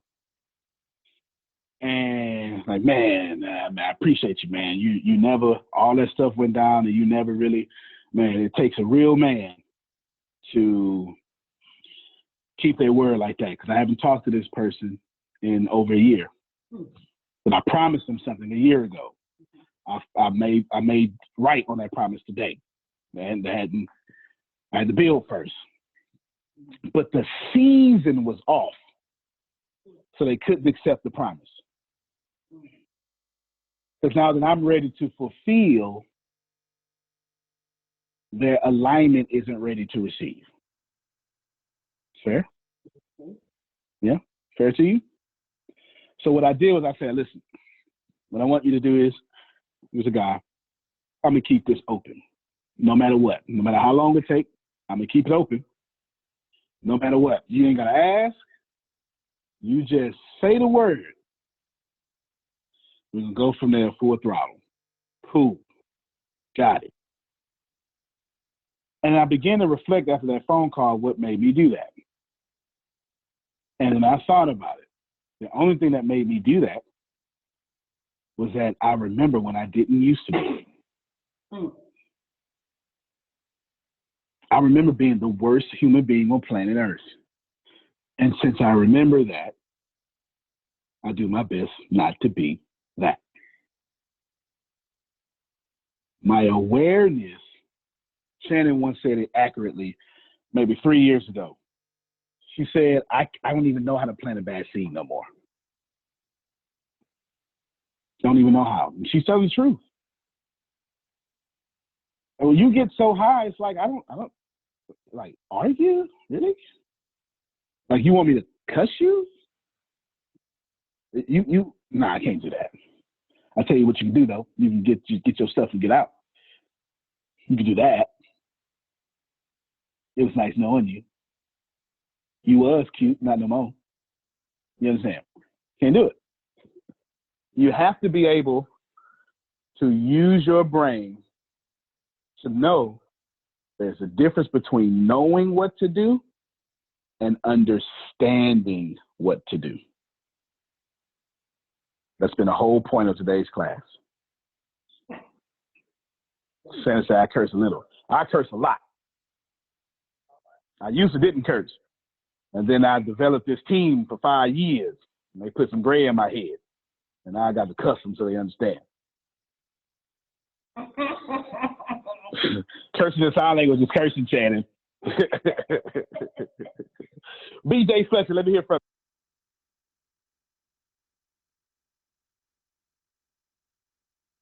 Well, I guess my comment is kind of irrelevant now. The time passed, and that's all right. You kind of explained that.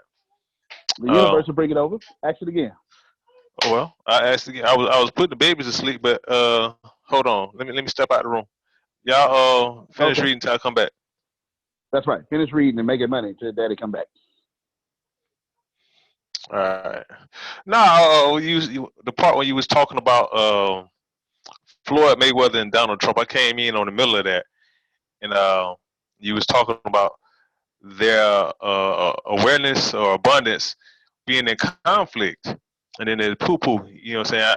I like I said, I came in the middle, and I was thinking, like, what if the conflict that they do is intentional and a part of their abundance? Because it makes me automatically, when I think about Mayweather and I think about 50 Cent. And I remember 50 Cent when he was Ferrari, that was his thing. I'm gonna create conflict in order to get noticed. And they're like, are they intentionally creating conflict so they can get that abundance? Is that their magnet to the abundance? And I think what it's saying in the Bible is how some vessels he create for wrath. Like he creates some people to be that kind of way. Like that's the way God intended them to be. But I'm gonna let you speak on that.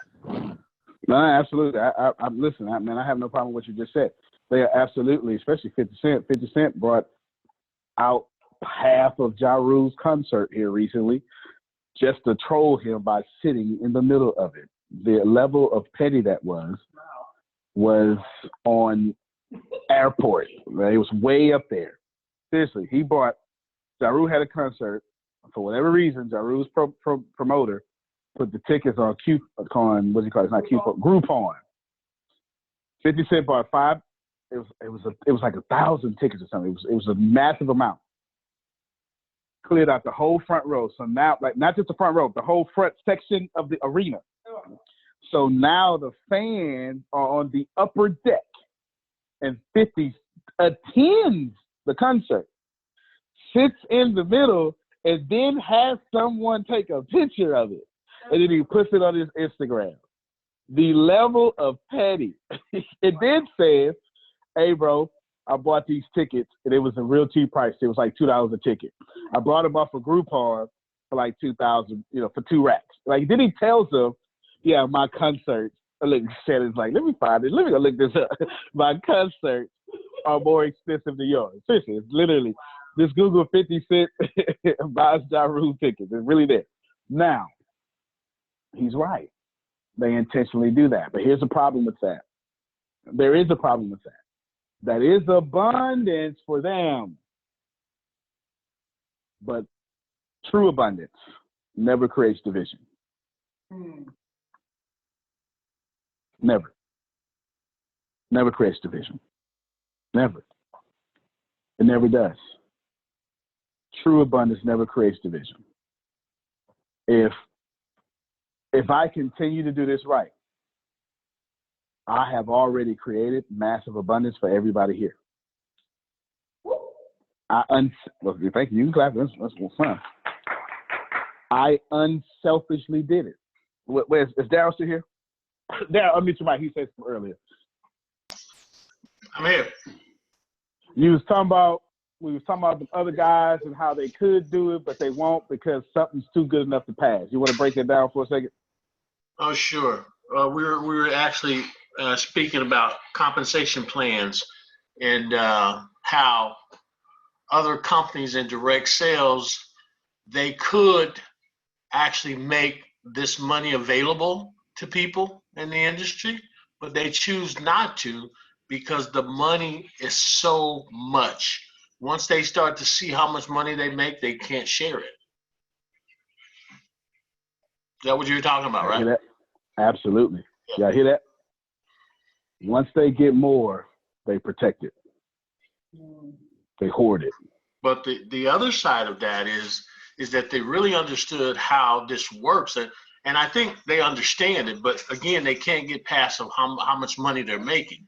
But if they understood past, or they would move past that, they would realize that ultimately they would make more money. Because the more money you make for people, the more money you make. Yeah. Absolutely. Check this out. Thank you, Daryl. Check this out. When I make Chantel rich in New York, y'all think Chantel gonna let somebody talk about me? No. I want you to think about this for a second. They saying stuff all around her, but if I take Chantel from where she is, bless her kids' legacy forever, which means I blessed hers, do you think Chantel not gonna tell somebody about me?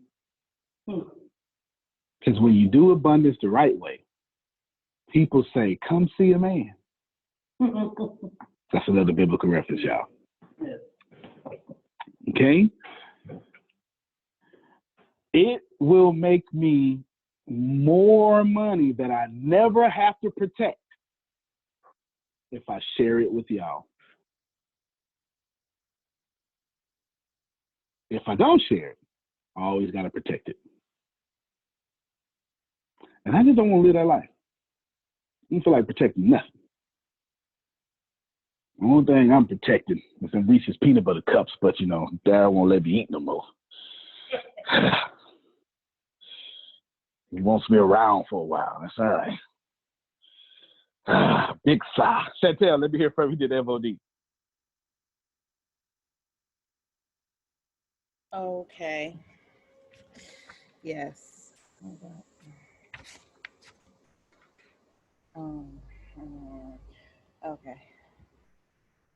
Okay. So I had said this. I'm sure it's been said before when it talks about like awareness and trusting and taking action and making choices from your level of awareness. Really listening to it, letting the ego go. Mm-hmm. I would say something like you're listening, but can you hear me? Like you're listening. I said this as a young girl. I was like, you're listening. Yeah, you got it. You understand. But do you really hear me? You hear me. And I would relate that to hearing me or hearing which hearing it. That is where you take action on it and trust it, like whatever. So my question was,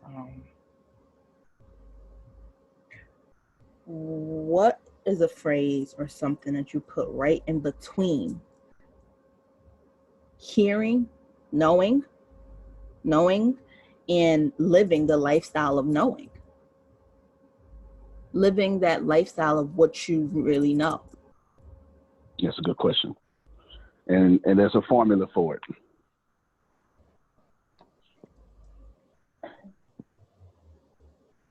thoughts plus. Oh, and I had a comment on Shannon with what she said too as well. Okay, no problem. Thoughts plus emotions.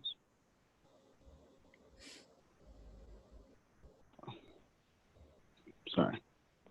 Thoughts plus emotion equal creation. Any thought that you have, Chantel, if you tie emotion to it, it automatically manifests itself. It may not be at this very moment, but you will manifest it. This is why when you go see a scary movie, some poltergeist coming out, killing you and ripping your neck apart and twisting it, those are thoughts that scare you. But then when you walk outside the theater, you go, that's just a movie. So you skip this and you never create. So the creation never happens. Fair enough? Because you remind yourself that's not real. And so you don't put emotions behind it. But when I tell you that Daryl and I have come up with a compensation plan that will make you a millionaire, you have a thought about that. And then your emotions take over about that thought. And whatever your emotions say about that thought, not the thought, the emotion will create the creation. This is why Jim Rome says, if you get $1 million, it's best you grow out and become a millionaire. Yeah, actually, I can't. Every time I see that quote, I gotta say it like that. I can't help it. He says if you don't grow out to $1 million, that million will find you and dwindle down to your emotions. This is why lottery winners, over 90% of them, are broke in the next few years because their emotions never stop them from being a broke kid. Never stop. Okay. They were just a broke kid with money. Hey, Metro. Go ahead, Chantel. That was Shannon's very clever and intelligent son. Missed him. See him. Did you get that? Yes, absolutely. It makes okay. Me, so one more. Okay, tell me what it makes you feel. I'm gonna give you one more thing to answer. Okay. It makes me think of at the gym and how I'm getting these squats in, and I'm doing it. It's cool. I'm able, I'm in it. I get my arms, and then I go to do my abs. And at first, as I'm doing my squats, doing my glutes, doing my legs, thighs, I'm like, oh, this feels good. I'm attaching an emotion to it. I'm like, this feels good. Oh, this is good. Oh, I'm seeing results. Oh, this is easy. And I go to the gym and now I'm just busting it out. I'm creating exactly that. But when I think of my abs and I feel that pain and how hard it is, I say, yeah, buddy. This part is so hard. This part is so hard. Yeah. And that emotion is what I create. It becomes hard and I don't That's right. focus on it. No, that's right. And you ain't the only one, child. I got a stomach. I'm getting rid of it, though. But it's here. Because I hate ab workouts. I was supposed to do an ab workout last night. Ask me if I did something. I did not. It's going away, though, Shannon. It's going away. Okay. Child, I was supposed to do an ab workout last night. I ain't do it. So, Antonio, so repetition or trust, what will change my emotion on that? So I'm glad you got it, because that's why I came to that's why I said let me finish answering your question. I gave you the first part, thoughts plus emotions equals creation. Knowledge plus experience equals being. To know so God lives in all knowledge land. There is no experience. There is just the great forms that Plato says, or there is great source, as Shannon would say, or there's heaven, as Bryant would say. That's all knowing, as Evod asked an hour ago. There's nothing but knowledge here, And since there's no knowledge, God can't be. God just exists. The way God fixed that is you. Well, yeah, he did say somebody. Yeah. Fair enough. The way God fixed that is Chantel. You are the experience of God. And since God, all-knowing, gets to be Chantel, you are a human being. Mm. Did I make that make sense? Yeah. Okay. I'm going to go deeper. Is Brian still on? All right. God. Come on, man. You know I'm waiting for it. Was in the heavens, put on flesh, and became Jesus. Hold on a second. Well, yeah, but I'm staying true to Greek, so let me. You better pronounce that real name in the Greek. Jesus Christos, right? And this was the experience. And now you're filled with the Spirit that makes you a living being. Father, the Son, and the Holy Ghost. That's why everything has a great Trinity. Now let's take it out of religion. I first explained it in religion so you can have a framework, okay, over there. That's the only reason I did that. But let's take it out of religion and let's go answer the rest of Chantel's question. I know the gym makes me sexy. I know the boys like my thighs and my buttocks. She said it herself. Okay. She said, I'm doing squats, I'm knocking it out, and I'm loving it. You do not love pain unless there's a reward from it. You get it? She gets reward. Am I lying? Am I lying, Chantel? You get rewarded for your thighs and the buttocks, yes? Okay. She said, no, say it audibly just so people can hear. Yes. All right. So the gym plus the compliment, even if it's just her walking by a mirror going, ooh, girl, wait a minute. I saw a meme that said, only reason I dress up so I can walk by windows in public and look at myself. That's what I saw that meme. All right. The gym plus the compliments I receive for my legs and my buttocks makes me keep working out and being a lower body liking working out person. But those doggone abs. This is what took me so long to lose weight. Knowledge says if I do sit-ups, knowledge, I'll be sexy. Experience says this poop emoji hurts. Am I lying, Chantel? It hurts. And since I know it hurts, I don't like this, so I won't experience it no more, and I'll just stay in the knowledge of being sexy. Never to have Janet Jackson abs. Get it?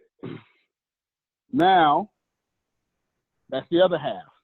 Your emotions about your six-pack is blocking your experience of the pain.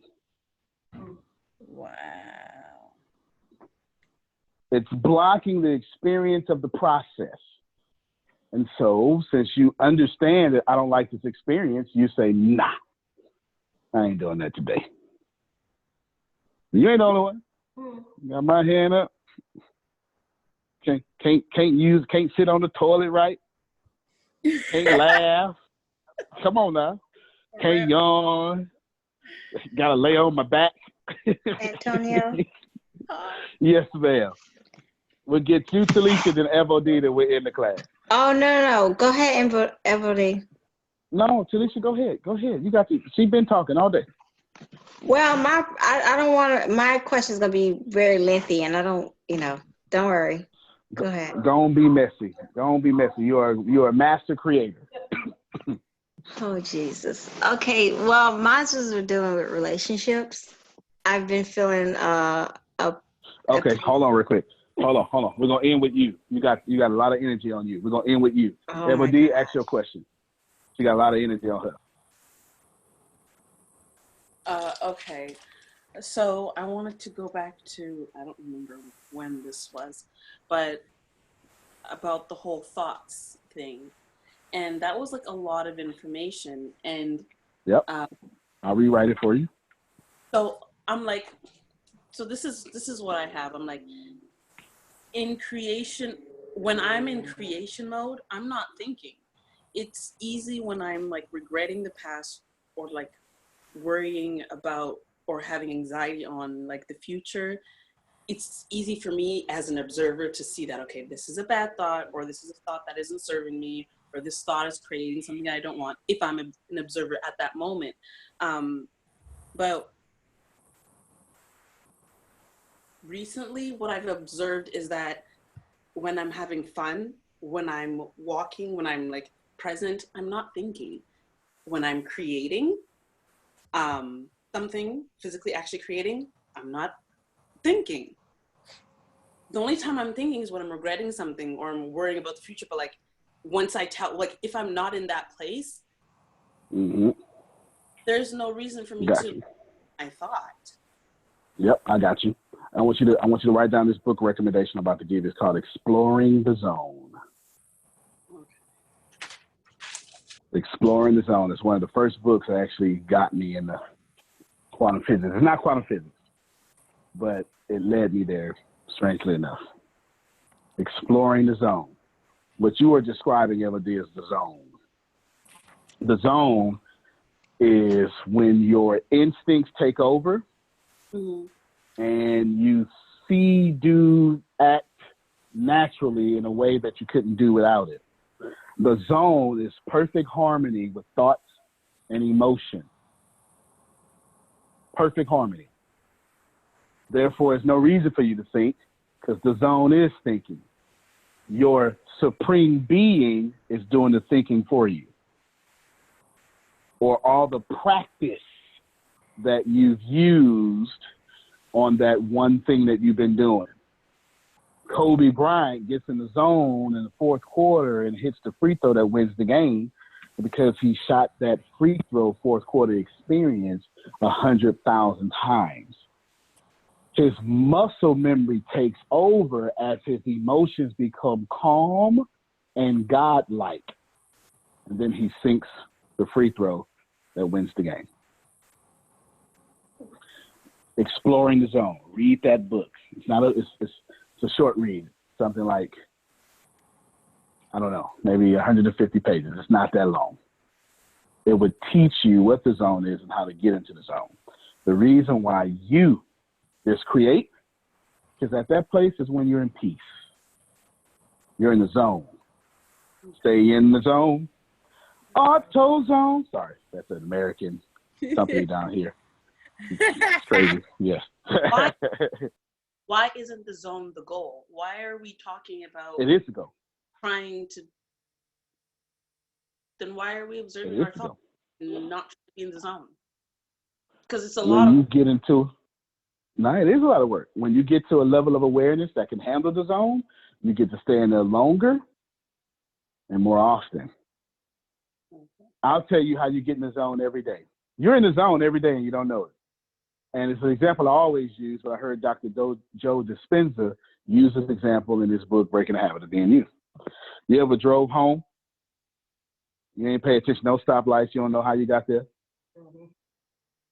It's 100 different things you got to do to drive a car.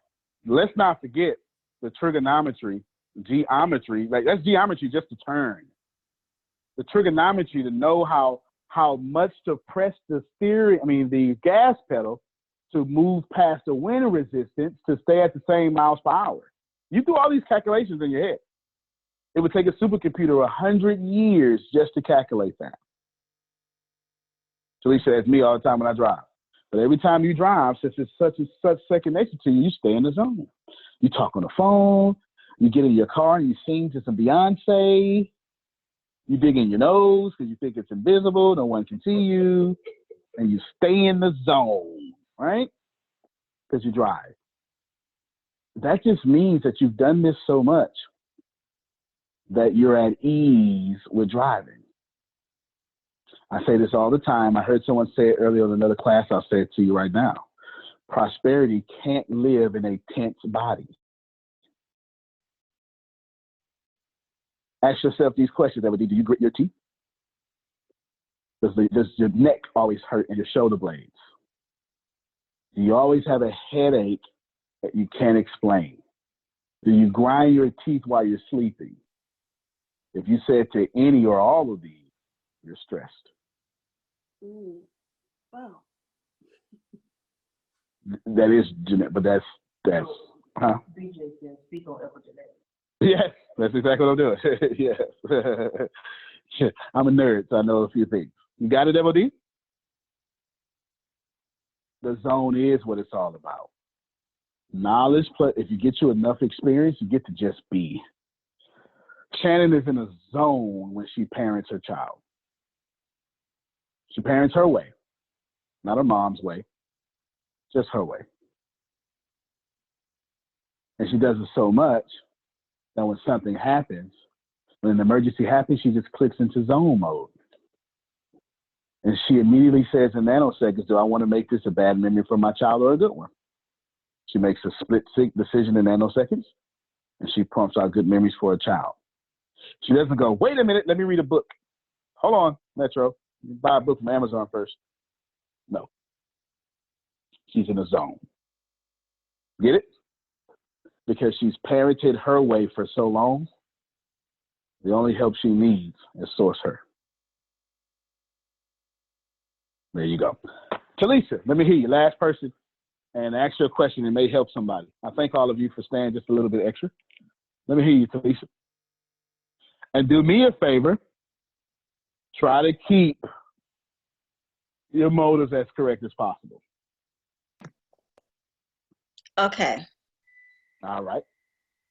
I'm going to say what I have to say, but I need you to go off of what Chantel, what you were saying. It was based on what you was demonstrating with Chantel with the abs and stuff, okay? Got you. So, I was saying, okay, first of all, I was told that denial is confusion, and I've been experiencing confusion lately in relationship-wise. Okay. Explain that to me. Confusion is simply someone else's thoughts overriding yours. Did you hear me? Confusion is simply someone else's thoughts? Overriding yours. Okay, because I was thinking when I heard it was denial, I was thinking I was the one in denial, and I wanted to know what I was in denial of. Okay. Your whole sentence structure proves you're operating on someone else's thoughts. You start off with what is it called? A participle, you start off with what is when? When is something. I don't know what when, but it denotes a time. When, and then I. So now you put yourself in a timeline. Was thinking, that's called past, what is that called? In Greek, it would be past aorist. You're saying you're using past and future at the same time, okay? Was thinking. So you're saying, I'm not thinking, but when I was doing an ongoing action, a participle, thinking, of, which is another part, which is a preposition that ties into something else to clarify what you were thinking. Your entire sentence has nothing to do with you. You just put the I in your sentence.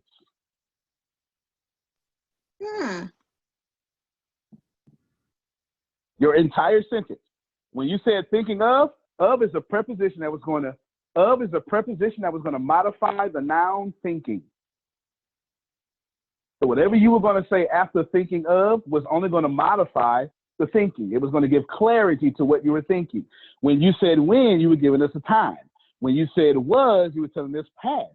You threw you in the middle of chaos of someone else. Wow. Oh my gosh. Yeah. Out of your mouth comes your words. This is where actively listening comes in, y'all. I tell you all the time, actively listening is a superpower. That was not my intelligence that showed up. That was my awareness to listen to what she said. Okay?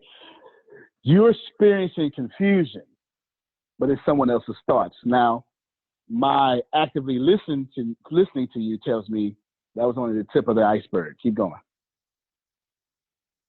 No, I'm not going to depth. Okay, you don't go into depth. So here we go. You don't have to go into depth. Let's do it this way. So your problem is not knowledge plus experience equals being. You have another problem. You have another problem. You've never asked yourself, and I'm going to write it in brown because it's manure, okay? But you need to ask yourself the manure question so you can get dirty so you never smell like manure again. Fair enough? Yes. All right. Can you see the board pretty good? Mm-hmm. Who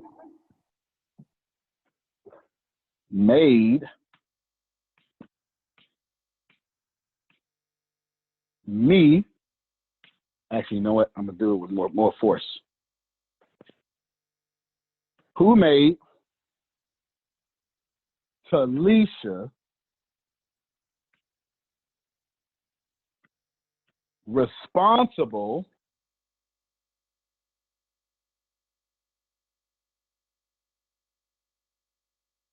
for this? And that's your problem. Who made Talisha responsible for this? This is what you call a demonstrative pronoun. It is a noun that is a pronoun that takes the place of a noun, but it's a near demonstrative pronoun. That means in the sentence structure, when I say who's responsible for this, I don't mean that over there. I mean this in my space. You see what I'm saying? I need you to clarify that for me. That this part. is close. Now I got you. This, I'm saying, when I want you to ask yourself who may be responsible for this, I don't want you to think about some esoteric thing or some very far away thing. Who made me responsible for how I feel right now or what I think right now? Who made me responsible for what is near to me? Do you get it? Okay. Yeah. Right now, I'm just talking about the geographical location of what's killing you. I just want you to know it's near. Is that fair? Yes. Yes. Now here we go. Lean in, look at me. Every time someone tells you you're parenting incorrectly, who made you responsible for their comment and to take it seriously? Who taught you that? Every time someone tells you that you're a bad wife, who made you responsible that you have to accept their reality over yours? Who made you responsible that because your business hasn't worked yet, that you're dreaming and you need to go get a job?